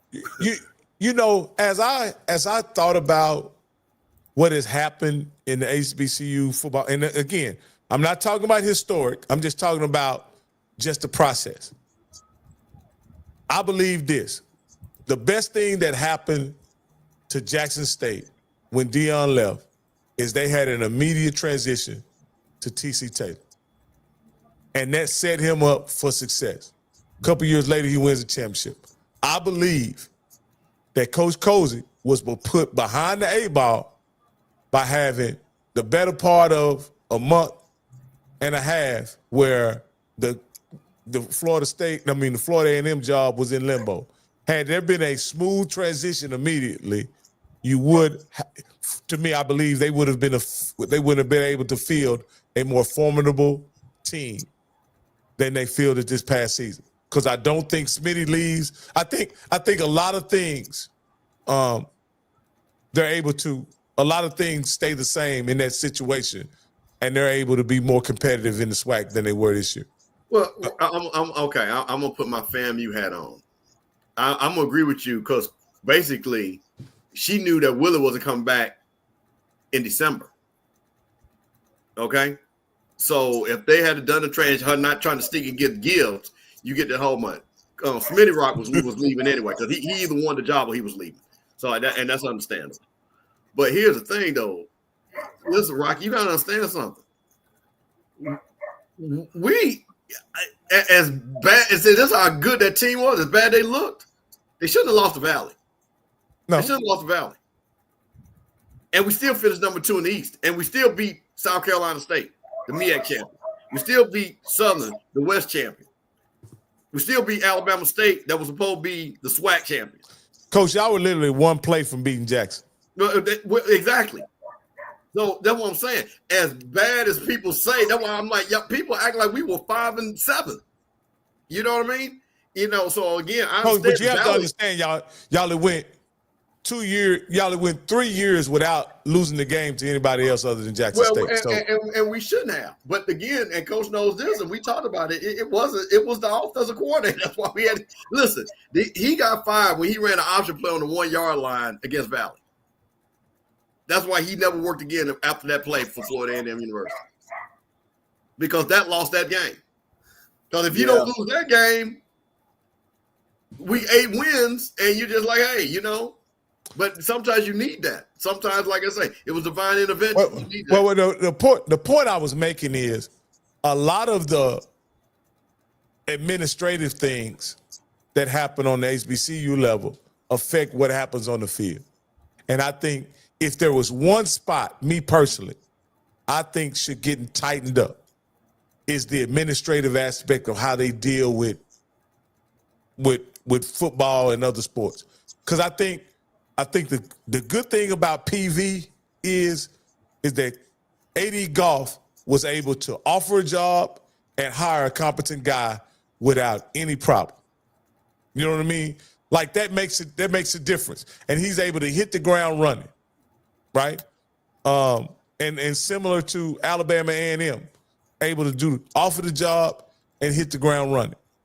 In situations where schools like, I think Valley is going to kind of pay the price for having the job hang out there for a while. I'm going to be perfectly honest with you. It ain't a place that I've been that we haven't won a championship where the president was okay to get a head coach, whatever he needed to get there. When I was at Southern under Pete Richardson, man, they gave Pete whatever he wanted. But Pete had a D-line because his kinfolk knew the president, and the president chose him. When we went to Tennessee State, my brother was the 4th choice after 3, and the president stepped in and said, I want this guy. And the president stayed with it. Made sure he was successful. Only thing the AD had got into the president's head about not giving my brother a bonus, you know, after winning back-to-back Ohio Valley Conference championships. And he bought into that. And then we went to Alabama State. We had a Board of Regents guy named Donald Watkins, made sure that we had everything. Matter of fact, he had called a meeting for us with the president, the AD, and told them, we on a conference call. Give them what they need to do to win. And we done that. And then, of course, you know, my route to Lane College, I had a V-line straight to the president. And he gave me what I needed, you know, to perform. And he fought people off of me as well. So I think what you're saying is right on, Rocky, that those are things you need. And I said it earlier, you know, with Coach Conner, you know, you win championships out of that president's office, you know, and they give you what you need to perform at the highest level. Absolutely. And they understand that if we're going to get rid of a coach, let's go ahead on and do that. By the time that season's over, let's look at it. And that hurt you guys, Camel. I mean, you know, we talked about it all the way up. You know, we're going to give it to Cozy. We're going outside. What we going to do? And as they were going through all the bull crap, the kids was under uncertainty, and y'all end up losing, you know, y'all end up even losing the running back. The running back y'all would have had. Yeah, the fabric of a championship team and championship mind. Then all them kids is like, I don't know what's going on around here. So that did hurt. Because the offensive coordinator. I'm sorry, Coach. I'm sorry. I was in Jackson, and we were up and gave us 7 away when we didn't run the ball. And I was up when that boy should have ran the ball and then got his head knocked off. So I'm sorry, Coach. That was offensive. I tell you what, Coach Cole would have called them plays. That's all I do. hey guys, I'm gonna leave it at that. Hey guys, it's been another great show. Camel, you got anything before we get out of here? Yeah. I got one thing, and I'm gonna say this real quick. There's a lot in the news about what's going on in FAMU, but this is even a bigger thing to all HBCUs and understand. They do not want our HBCUs to be great. There's a reason why they want the leadership, presidents, to be unstable. Because when you have an unstable, as you say, Coach, where does champions start? What did you just say, Coach? In the president's office, Coach. So think about it. That's champions on the field and off the field. So, Yeah, Coach, academically too. there you go. So if I've got presidents that are not qualified, guess what happens? That means there's no faith from the alumni. So guess what? The alumni are going to give money. That means students are not going to come. That means their corporations are not going to invest. That means they're not going to lead the university positive. So if you look at all these MAGA red states, look at what they've done to our HBCUs, where they don't give us strong black leaders that we had, Coach, when we were growing up. These presidents were icons at these universities. Because you got to understand something. If I'm at a Jackson State, Southern, Grambling, FAMU, North Carolina, Tennessee State, I've got the most powerful people in that state behind me that's black because they're educated and they make money. So if I've got 2,000, 3,000, 10,000 kids, I can move some. I can change votes, Coach. If I've got 60, 70,000 living alumni, I can move mountains. And that's what they're trying to do. So that's what we're saying here at Florida A&M. We are not going to allow that MAGA movement to basically neuter Florida A&M. So that's why I've got this background. Where's the young lady come from? Well, so she is a DeSantis plant. She was not originally far as the people that applied for the job. She came out at the last minute. She doesn't have any educational background. She's a person that does not have our values. And that's the thing about it. So what you see this in all these schools. So why would you bring a person that has no academic background, a person that believes in moving private money, public money to private schools? That ain't in our best interest. So so that's the reason why they don't want the Dr. John Peoples and the Frederick Humphreys anymore. They don't want those people, Coach, because those men were leaders, not at the school, but in the communities. And they weren't ran by the board. Even though they answered to the board, they weren't ran by the board. And that's what happens a lot too. They put people in place and then because people don't understand. Board members are just they are people who own businesses around. It don't mean that they know how to run the school. No. They just there. They supposed to be there to monitor the president. But now you got boards at black colleges actually try to run the school. And that's what but they're running the school with it. But the problem is they're running with a negative agenda for the school. Yes. Yeah, they use the college campus as a playground, to get things done for themselves. So that's what I'm saying. So that's why, again, if you look at the state of Mississippi, Valley, Jack State, Alcorn, look at and I'm telling you something, I'm from Jack. Those Jack State people said, do not hire these people. And guess what they did? Hire those people. They said it. They knew the people. We're looking at this woman in Florida. They know this woman in Florida. They're telling you. And once again, and I'm going to say this last thing.